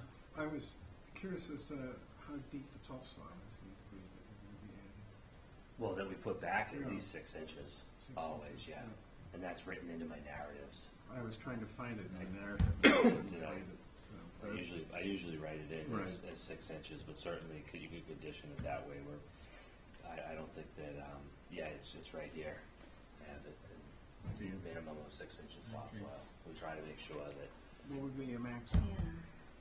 well, I mean, yeah, I mean, I would say, I can't, you know, I don't think you usually see more than Whether, 8 inches, you know, typically. Yeah. At some point, I think you start to lose the function, Yeah, you know, for, especially just in lawn area. I guess the source of that topsoil is important. Yeah, I mean, locally, so I would say what we would probably do is scrape what we, you know, and haul it off-site and stockpile it and bring it back. But we can't scrape within the 25, right? No, only upland of the silt fence that's there. That's The proposed. silt fence or the 25, though? Well, we can't really put it at the 25 and not, and have area work. You follow? Yeah, I just, as far as, I mean, do we have the we're already down to- waivers in place to do that? I'd asked for, I believe, waivers for work within the 25-foot buffer zone. But the work would be upland of the silt fence that's shown, and I can just triple check that, otherwise I would be requesting that, you know, we can't really do the work that we need to do in here. And if you leave this with topsoil, and then try to drive the equipment that you need back and forth, it just doesn't really work. I think that's You know. what I'm getting to as my point, is that you can't really construct this with being. Well, that's why we put in the Right. extra silt fence, though. I mean, I've tightened it up based on the concerns that we've heard, and provided an even larger, you know, buffer zone, so that, you know, we're barely gonna get around here. I mean, they would rather have, without a doubt, you know, more space, but understanding that there's competing interests that you're charged with protecting, that's what we're trying to get done. So- And it's a short duration project. Right. You know, this is, So this my isn't something that goes on and on. They, you know, and you're just gonna come in here, do this whole thing, and then have it all backfilled in, you know, a matter of months tops, couple of So months. my question would be, could you approach it from the point of view of after you've done the construction, then taking the topsoil off and then replacing it? Would it make any difference? You to could, the but you know, compaction? my experience with construction sites is that you're still gonna have, you know, whatever other activity that comes and goes, topsoil is on your way out when you finish your project. You'll backfill all of this with a clean sandy soil, compact it, but, you know, in this area that we're talking about, you know, like a 20, 25-foot strip. If you come and then put topsoil in there, Well, and I then you understand. still have. I meant you removed it after Yeah. you'd had the construction, then you removed what you'd compacted Mhm. before then replacing it and then adding topsoil to it. Would that help? Sure, I mean, you know, I don't, you know, we could offer to scarify the top of that You surface. might be better off to take it off first. We and could just try till on it, the right? subsoil. That's actually a really good, you know, we could offer to till the areas Would that be, and then put the topsoil on.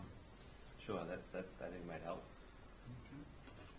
And it wouldn't add much expense. We're not worried about that. I mean, that helps, then, you know, that's fair, that's fine. That's a good suggestion. I can see how that works compared to the other method.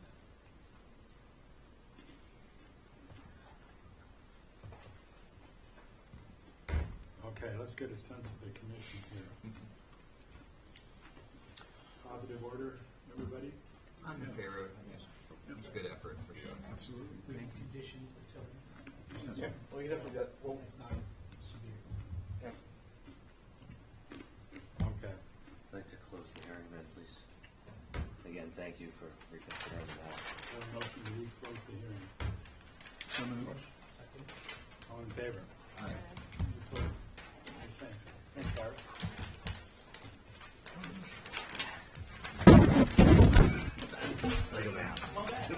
One back.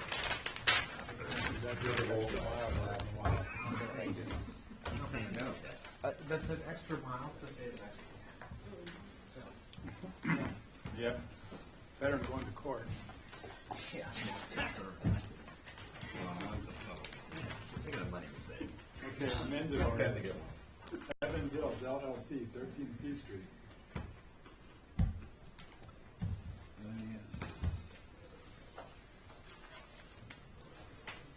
Before the applicant, Art Gasparo, I'm before you with the project that was originally permitted some time ago. Owners had changed, and then they've had quite a time with the HTC process, and so they finally obtained HTC approval, and I'm before you tonight with the plan that has the HTC approved plans on it. Now, the plan that Commissioner Bennett has back there is the same one as this, though I printed that one in a red line, and this is the same exact thing, just a little smaller. But what I've shown is I wanted to give you a sense that what the amendment change is. And so you've got an existing single-family dwelling that's on the property, and then what I've shown in the dashed lines is what was previously approved, and then what I've shown in solid or in red is what's currently proposed. And we are working within the same previously approved limits of work. We are still removing all structure that had existed within the 25-foot buffer zone, and then we still have a net decrease of area within the 0 to 50-foot buffer zone. And I've included a chart that shows the changes of area on the bottom. It's basically a reconfiguration. The house, the dashed lines show that it was, the previous order of conditions was issued for a rectilinear house, if you will. And you now have a house that has a bit of a, for lack of a better word, it's like a duck-footed house. You know, it's kind of like this. And that's a result of the HDC wanting, you can see that the houses are, that they're kind of parallel to each of the property lines, and that this mass lines up with this house and this line. And I don't do the HDC permitting, I'm just sort of trying to give you a flavor of why I'm here in front of you with this change. Everything else remains, you know, the same. It's a single family redevelopment property within existing lawn areas with an overall net decrease of structural area and increase of setback from the top of the coastal bank. Okay. With that, Any questions? Anything from the public? Duck-footed house. You should comment. Yeah. Okay, so do I have a motion to close the hearing and issue the amended order? So moved. All in favor? Aye. Any opposed? Okay, that carries. Thank you. Yeah.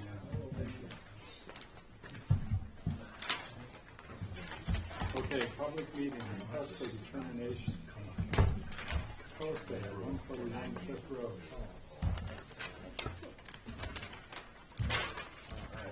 Sorry, I have my other full cycle.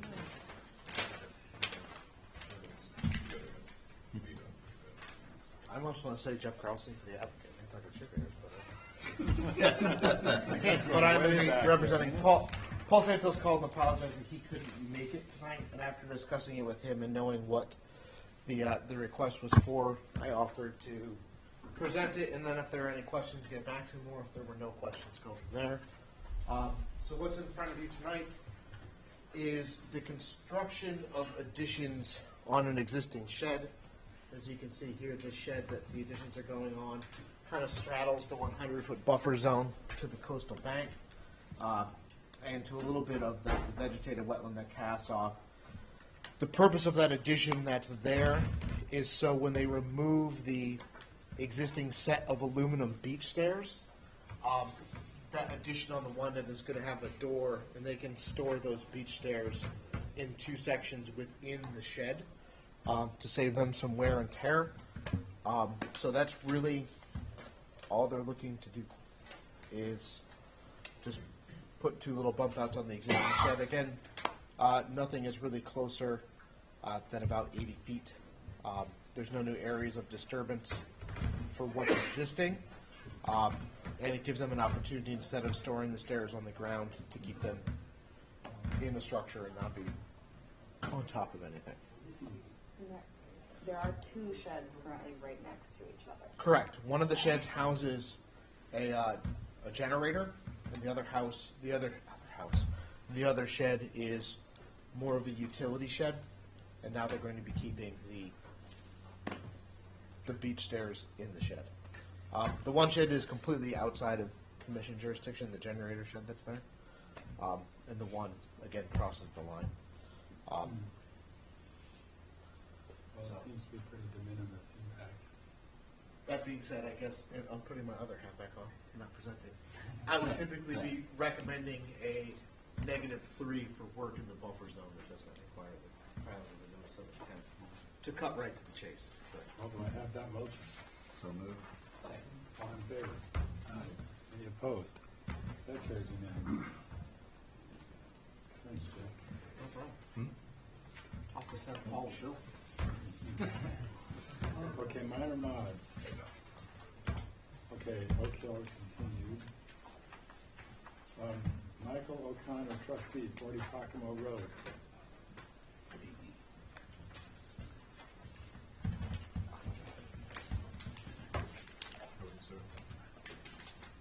Good evening, David Haynes for the applicant.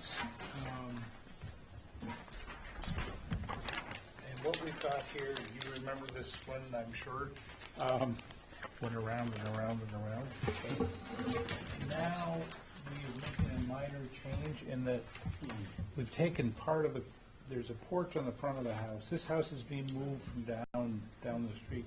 We've taken a little bit off the front of the porch, and so we've been able to slide the house away, the mass of the house away. But we would like to there were no stairs on the front of on the other side of the house. There was no way to get in and out. So we're adding 2 sets of stairs, a set of cellar stairs here, and an outdoor shower. Everything is outside the original limit of work. There's nothing any closer. The mass of the building is actually farther away.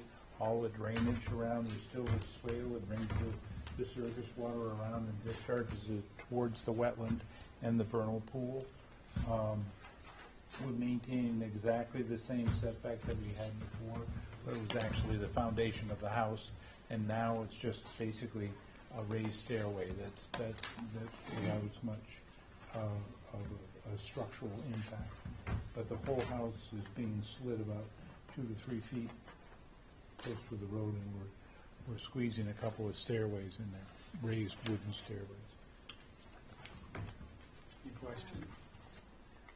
Can you bring this one up? Have you been out there recently? Yes. Did they fix the silt fence a little bit? He's been working on it. He goes out there and he fixes it, and then it blows down again. He's going out there again this weekend. I did go out there and look at it, and he's going to make sure it's all towed in and stops up. It keeps blowing. The staple. He's going to put more stakes in and do more staples in and get it to hold up. There is, just so you're comfortable, where the cellar hole is in here, they dug down. They dug down. And they took the topsoil off a lip around the foundation. So there's topsoil between the excavation and and the silt fence that's creating a lip that's about this high. So nothing is running in that direction. There's no water going in that direction, there's no overland flow in that direction. It's all going back into the cellar hole. Yes, I've been out there about 5 times, and I keep giving him phone calls and saying, Because I was going to mention this. please stake up the, and he said, the first thing, he actually showed up at the site today, because I went there to look at the silt fence, and he showed up and he said, my kids and I are being out here this weekend, putting the silt fence back. It's up, but it's really, yes, and he's gonna make sure it's completely towed in, where he's towed it in, and he says that the wind keeps pulling it out on him. I don't know. It's going to be fixed. Because I remember with this one us asking too, well, you need to expand on the outside and add stairs and things like that, and here it is. But it makes me nervous for that vernal pool wetland in the back, especially since it was by last, like 2 weekends ago, and I saw the silt fence didn't look great, and then this past weekend I was like, oh, nope, they've still progressed in construction work, but the silt fence still looks poor. Actually, they dug the hole quite a while ago, and they had done, nothing had happened. They hadn't done any more work on the site for the last, I go out there every time I come here, just to make sure it's going along correctly. And I keep making the phone call about fix the silt fence. And he says he keeps doing it, but now maybe he'll get bigger staples. I suggested more stakes, sandwiching it in on either side, and then stakes on both sides of the fence and staple, so you don't get it whipping back and So forth. you can twist the stakes. Yeah, you can. It also helps that you can pass on to dig the toe of the silt fence again. Yes. It helps the most. I mean, he's done that, he's gonna do it again, and he's also gonna take a little bit of soil and put it on the inside up against it, with it towed in. Okay, anything else? Okay, Jeff, do you have a recommendation? Yes, I recommend this qualifies as a minor. Do I have a motion to issue the minor mod? So moved. All in favor? Aye. Any opposed? Okay, thank you very much. Have a nice holiday, and I will pass that along. Thanks. Okay, Goose Cove LLC, 4 Goose Cove Way. Are you bringing big plans?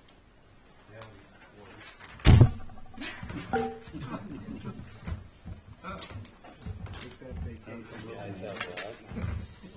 Bringing big plans? You're not giving us more. Yes, Connecticut. Don Bracken representing the applicant. Some minor changes to the approved plan. The original plan that was submitted, we showed a typical house, garage, pool and patio setup. This plan is what the buyer is actually going to build. This house is going to be moved from another site, so this is the house. Pretty much basically the same as what was approved. We're keeping the same limit of work. It's the same grading between the limit of work and the patio area. The patio area is actually further from the coastal bank than what was previously approved. The main house is outside the 100-foot buffer to the coastal bank. One change that we do have within the buffer zone that we didn't have before were the septic tanks. It's going to be one of those IA systems.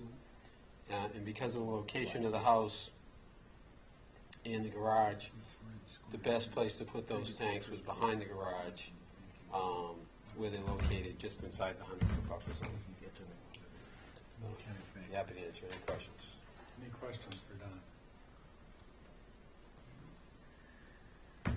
So is the pool's getting a little bit closer, or the patio around the pool to the wetland? The patio is getting further away. In the red, what was previously approved, so the patio was 52 feet. Yeah, now it's 61 feet. So it is a little closer on this side. Overall, it's further away.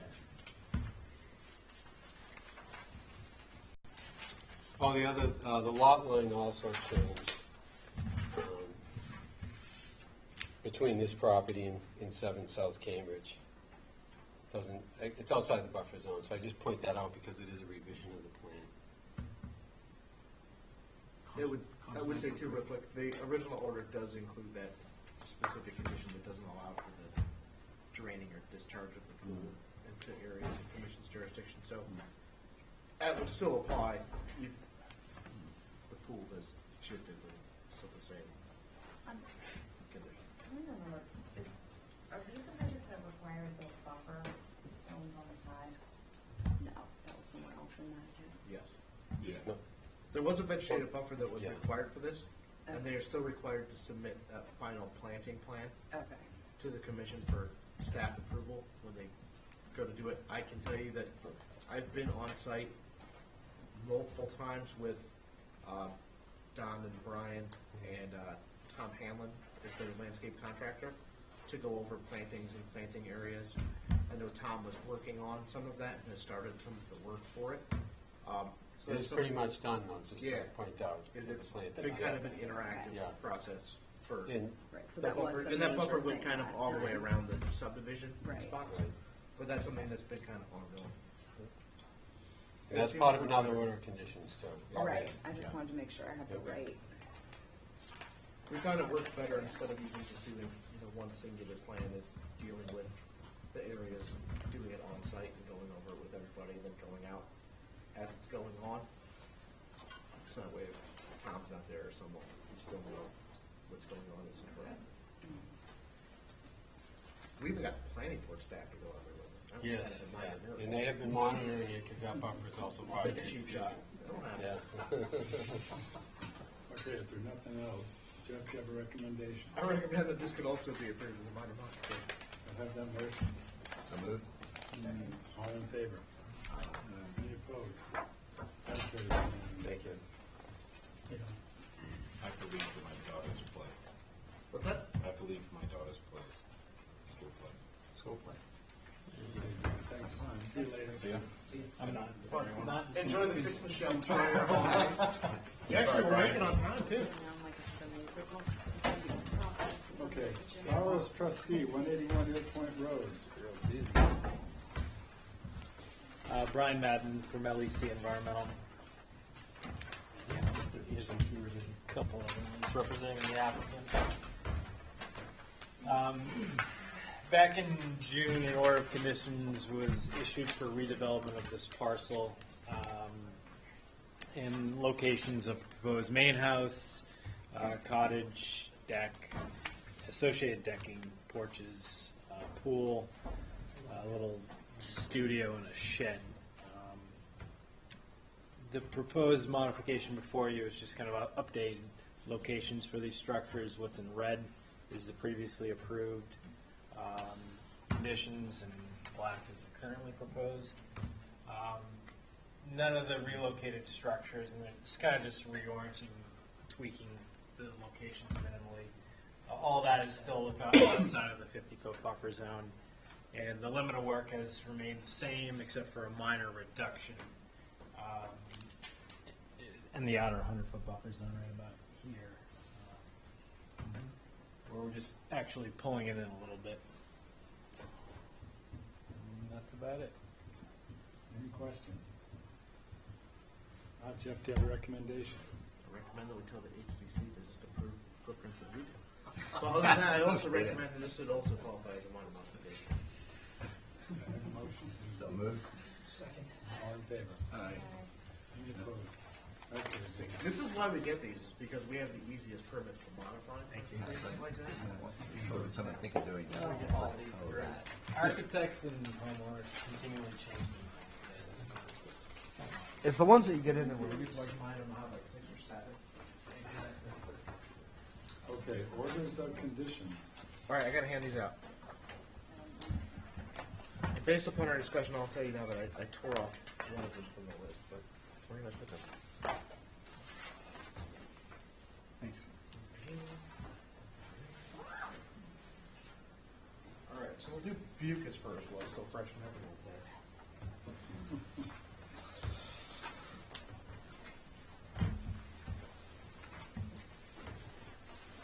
Oh, Andy, you are now keeper of the pond. Keeper of the heat. Oh, you need the rest of them. Oh, okay. Yeah, the rest of the orders for the rest of Everything stops here. It's not that easy for you tonight, though. Yeah. All right, so Bucus is the one that we opened tonight. I drafted positive word for before, and if you look at the little stub at the top, I drafted a negative, but I tore it off based upon our discussion that we had. The only thing I had added from last time was some photo monitoring of the wood plant buffer zone area, and then that condition we've been adding to a lot of these for the fertilizer applicator to supply reports to us as well. And there's the waiver. That's it. Can we add along with the fertilizer license the same native species cultivars, native cultivars instead of? We can do that 21. We've done that condition that only native cultivars will be used.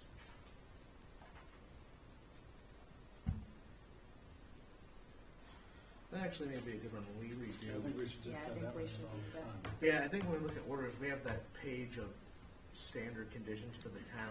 That one may just be a good one to just add. Even the, I'll be honest, the copy of the fertilizer license stuff will probably be a pretty decent one to just add as a standard condition to all Yes. applications. So you're ahead of the tilling. Oh yeah, and then there's 22 that prior to the installation of topsoil. For what it's worth, any landscape will work their salt to till up a hard pan site. If we've done topsoil, and plants won't grow, grass won't grow, nothing will grow in a compacted area, but I think it's worth We the better discussion, but we better put it for you guys. yeah. But, yeah. The soil ecosystem's down there anyway. Subsoil shall be tilled.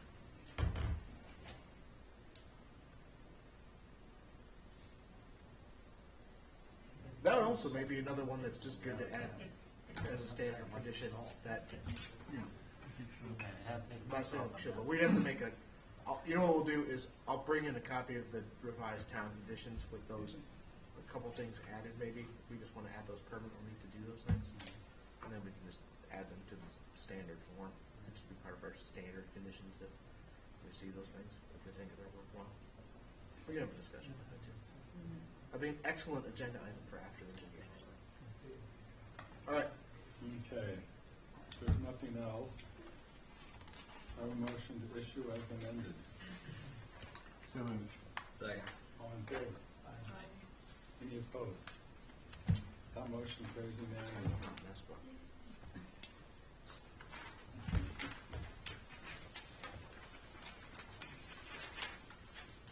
Okay, Zicker, no, that didn't fly. Nope. Executor closed. That was the one that we closed last time. We didn't hear it tonight. It was the one that we forgot to pick up the agenda.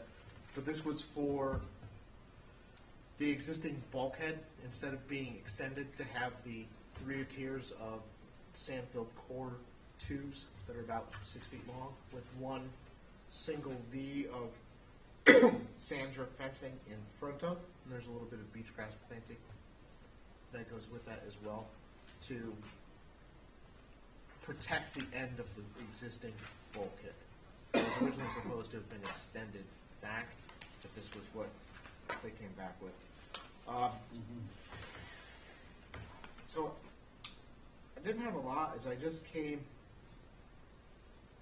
with just regular photo monitoring of the area, and then just an annual report that demonstrates the condition of the structure, the amount of sand placed, and then condition of the existing bulkhead, so we can just kind of track if they're adding a lot of sand into the corner, if the bulkhead is taking damage or not taking damage. Essentially, if what the corner protection is doing is working and not exacerbating the problem. That's what we discussed. Yeah. But this was one that instead of doing it for some of the bigger projects, sometimes we do quarterly or biannual. I figured for a 6-foot section of area, we can just get an annual report because it's not really doing a lot. There's not a lot there. So move to approve as drafted. All in favor? Aye. Any opposed? That carries unanimously.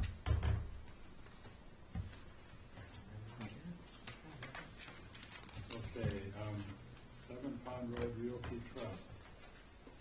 This was for that shed, and I had nothing. It's a shed in a lawn area. That's gonna go around the building in through lawn area and get set on some tubes.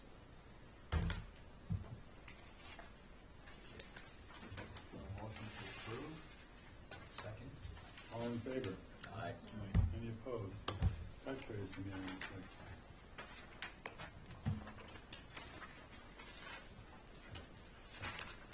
And Andrea Hoff, revocable trust.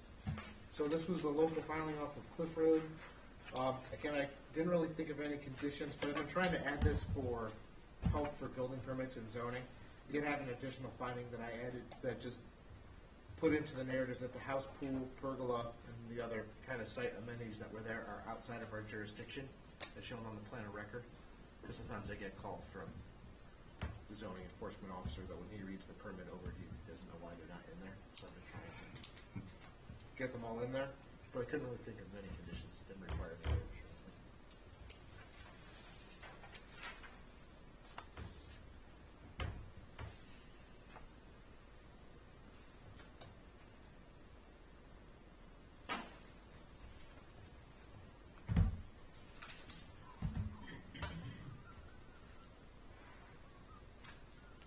Do I have a motion to approve as drafted? Moved. All in favor? Aye. Any opposed? That carries unanimously. Yeah, real quick, we do have a couple others to go over real fast. We closed Cigaran tonight.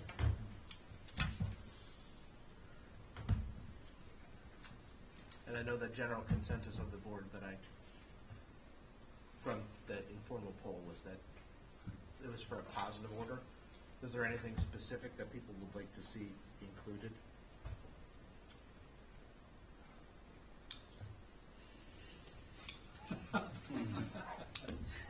Not glaring at it. Or, I Feeling it. It's like Agra, it's not burning down here. I can draft something and we can discuss it then. I will probably attempt to actually call in for the meeting that I'm not gonna be here for, so I'll just be on the phone. Yeah. Who's gonna figure out how to set up the phone? I'm not gonna be here. Who's gonna figure out how to set up the phone? Dave's not gonna be here, I'm not gonna be here. Which one is that? You're not gonna be here either? I don't think so. I'm gonna be squeaking in from Philadelphia right before, so, I'll be Oh, boy, well, we may not make it. yeah, I'm traveling. Two, three, four. No, four of us. If you have four, you can discuss it, and then You're gonna be here after? I should make it back here. Yeah. I'll be in Looks like Philadelphia you- the morning of Looks the like you're out. 30th. Maybe Joe. See what the weather's doing. Yeah. it's always a nice time of year. No snow up north. Like I said, we can always, we can get it ready, whoever's here is whoever's Yeah, we here. can just try it. If it doesn't, So, we'll be ready for it, but nothing in particular, other than a positive word? I mean, from some people. Easy. All right, I'll worry about that one. The other ones that closed tonight that I had a note for, I also had a positive order noted for 11 Swain Street. The file number comes in. That was that flood zone only project. yeah. So that's it. Okay. And extension order. Oh, And then, all right. Mr. Chairman, just one, if it would be easier or would help the commission so that the vote happened on that at the second meeting in January, you could possibly follow the same procedure, reopen if you wanted to, and then close it at the next meeting. I'm not trying to be tricky or anything like that, but I don't want to see you have a problem. It doesn't matter. Doesn't matter to me if it is, when you have a full board, so that it's in the middle of January, that would be fine. And then I won't be here on the 30th, but you could then just close it then, and then you would reset your clock for your 21 days to issue and deliberate the order. You don't have to issue it the next one, do you? You have to issue within 20 days. 20 of days, public so they hearing. wouldn't have to the meeting on the 14th. So that's my only reason of leave it open instead of closing it. I hadn't sort of contemplated the. Well, what if we don't have a quorum? What happens then?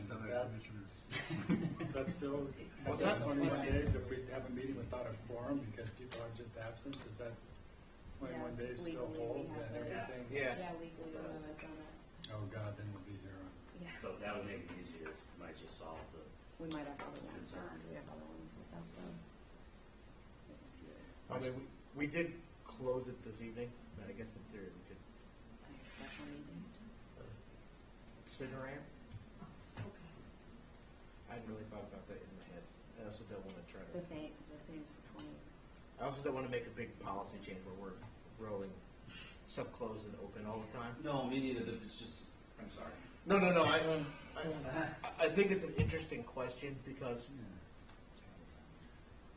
if we have a board of 4, that makes it difficult. I won't be here. There are a number of other people. I don't think. I don't have a big objection to it since we can deal with it tonight, just to get kind of the full panel back. But I take any input, or if you want to take input from the public on this decision too, that's what I'm doing. Reopening so that we issue on the 13th Yes. of January. Anyone else have any thoughts on that? I mean, it may just make it Better to simpler. have a full board, too. Yeah, 'Cause rather if than you're- have a meeting on the 6th because we need to get this one in because we didn't have a full board, right? Because that would be the other option. The other option would be to have a special meeting on the 6th Right. to deal with this one specifically. So reopening sounds like a better alternative. Yeah, so essentially, instead of closing it tonight, we would have continued it to the 13th. So you're talking about reopening it now, so that it's open. So that it can be continued. Continue to And the I would 13th. request a continuance, again, I'm just trying to facilitate. Oh, well, that's probably a good idea. Yeah. Yeah. Okay. Okay. All right, but that would take a motion from the board to do. Do I have a motion to reopen? Second. All in favor? Aye. Any opposed? Okay, that carries unanimously. All right, would you like to continue I'd that? like to continue to the 30th, please. 13th. Well, Oh, okay. continue to the Well, why don't we go to the 13th, and we'll 13th, be and then on we'll the just 30th. close it and Yeah, deal with fine, thank you. Close. Sorry. Thank you. Sorry, everybody. Glad we figured that out, though. Let's close Stupid for a second. Christmas. Holidays, dang it, especially this time. I will of still year. use the same instructions from before to prepare for that point.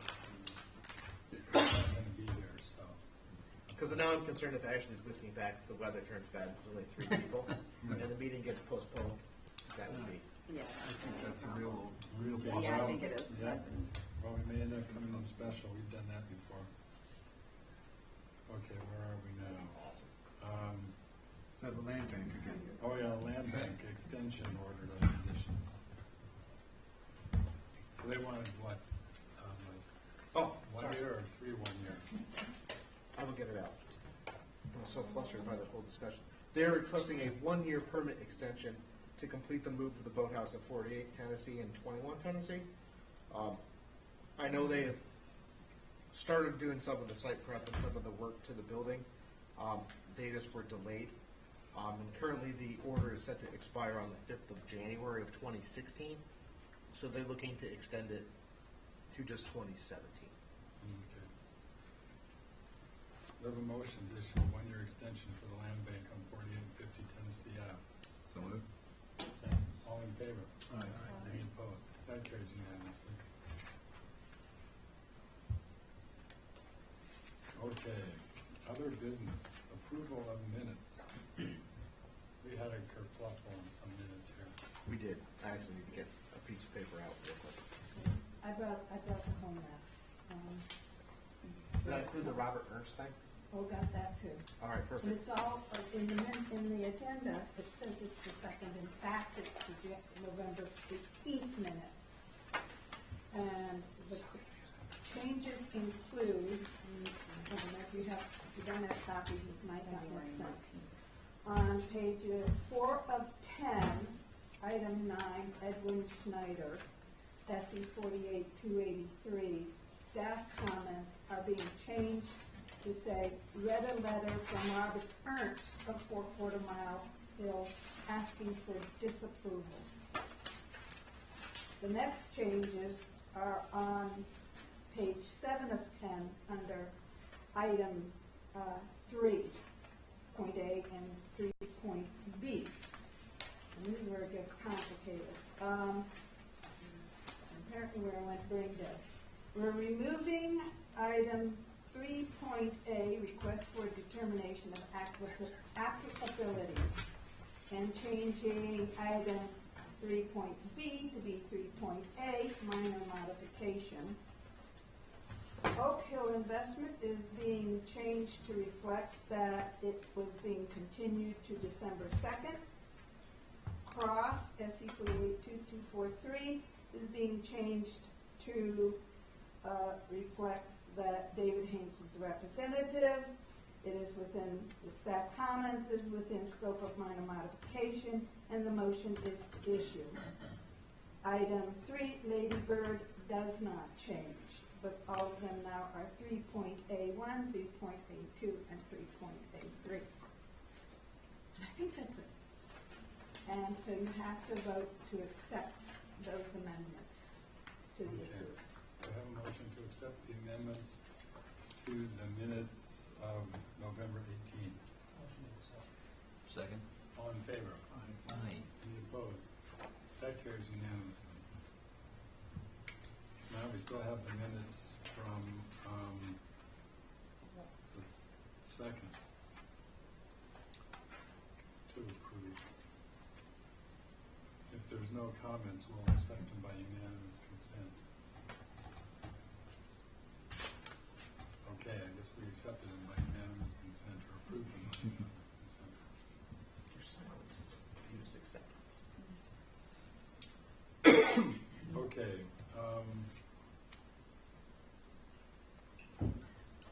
reports. CPC, Nothing to report. NPVDC, So once again, meeting was canceled.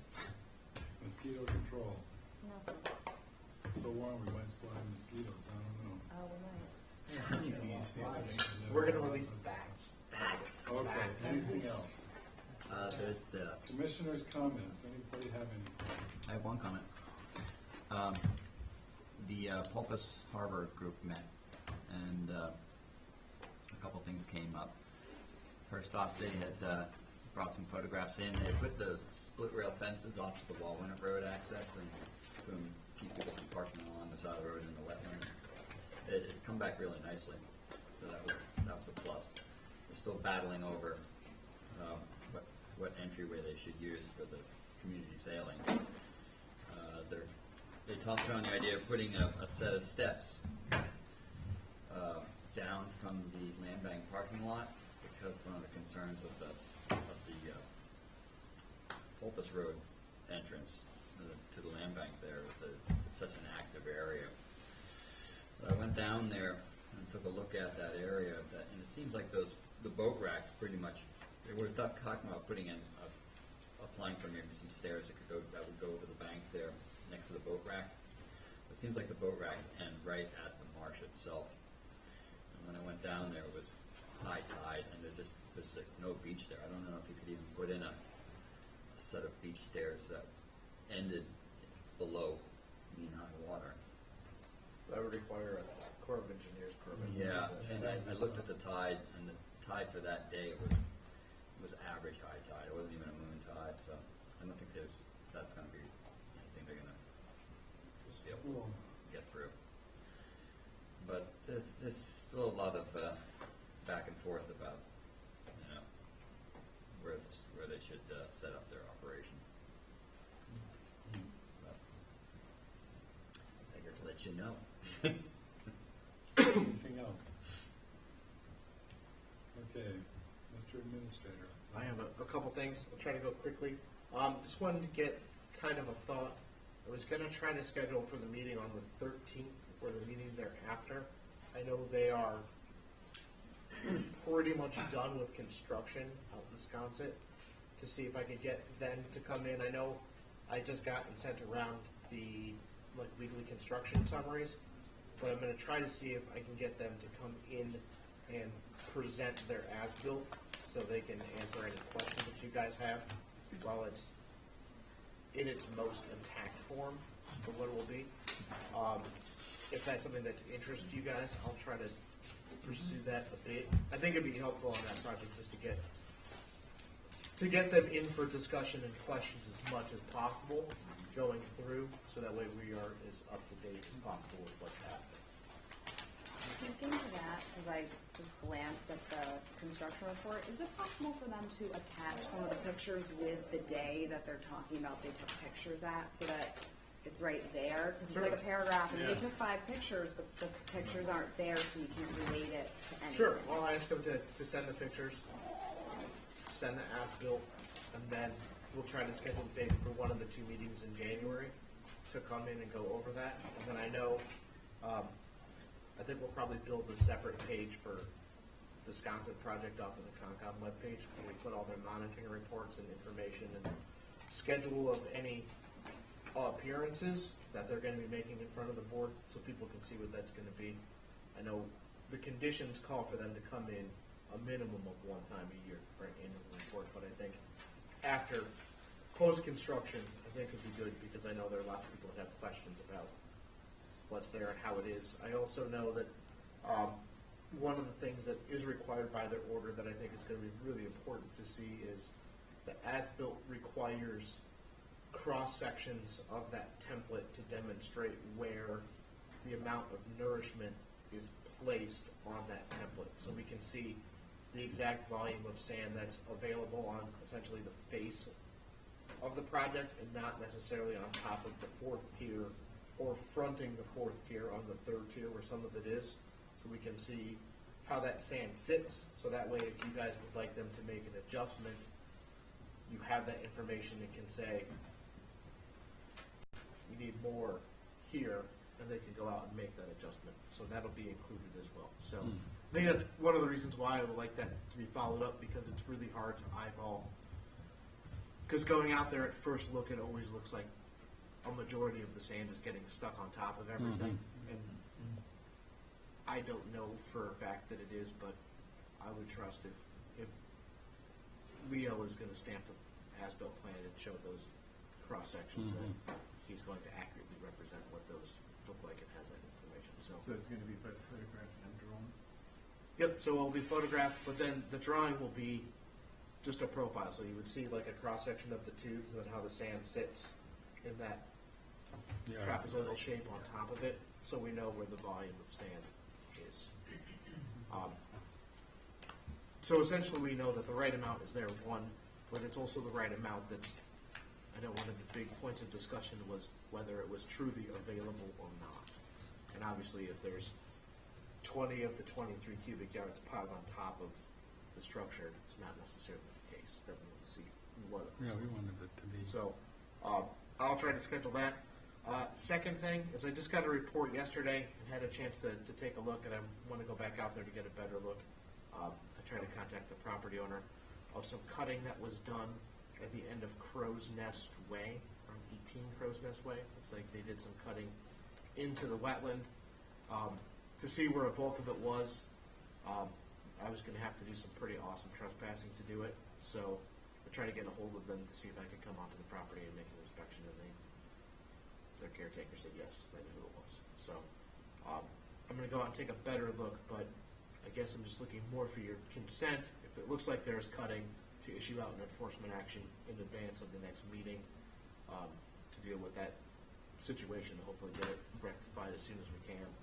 I'm pretty sure I actually passed the landscapers leaving, because I was getting there the first time. The second one is kind of a follow-up. We had issued out that enforcement action for the property kind of next to Fog Island and Jack Wills, where that walkway was installed on that raised grade. I haven't heard back from them at this point. And after some of our last enforcements where we had difficulty getting hold of people, I've kind of just decided that I think a better next step for us is if you guys authorize me to begin either counting for fines or issuing out, or starting to do that, just to say we're not waiting for you guys to show up. but I do need your permission to kind of start that process, because I have to engage the police to do that, since I don't have the ability to do that. So, I guess I was looking for your blessing to start down that path, because I would like to get that rectified, and if it takes $250 to get someone to show up, then so be it. So I would like that to get rectified before more trouble comes of it, especially as that whole section of town is kind of going up vertically. I would like to address it, and then obviously from Emily's report tonight on that other project, I'll take a look at that, and if it looks like it's worthy of enforcement, I'll just issue that action out, look for ratification on the 30th. Other than those three things, everyone. What about Oak Hills? Oak Hills, the Oak Hills investment, isn't that the one we have the appeal? Appeal, but isn't that more between the applicant and the appellant? Yes, it is. It is with George, and George is submitting the paperwork that we need just to stay on track with it. He's also speaking to their attorneys too, so I'm waiting to get an update from him because we just sent him the second round of it on where those talks sit, and hopefully the two parties that want to deal with it can solve it on their own. Is the hopes, because it's kind of a waste of our resources. Yeah, it really is. What I was just going to say is, can everyone have a happy holiday? Be safe. We'll see everyone on the 30th or the 13th. So. Okay, we have a motion to close. So moved. All in favor? Any opposed? So is there is Joe gonna be the contact person about what's happening on the 30th, as far as? I'm not sure who's from our office. There won't be anyone here. It's going to be pretty barren, I think. I've been trying to push everyone to, like, I've even asked some of the people who have new filings to be like, could you just continue it to the 13th? And we just won't. All right, enjoy your holiday. Yeah, you too. Enjoy your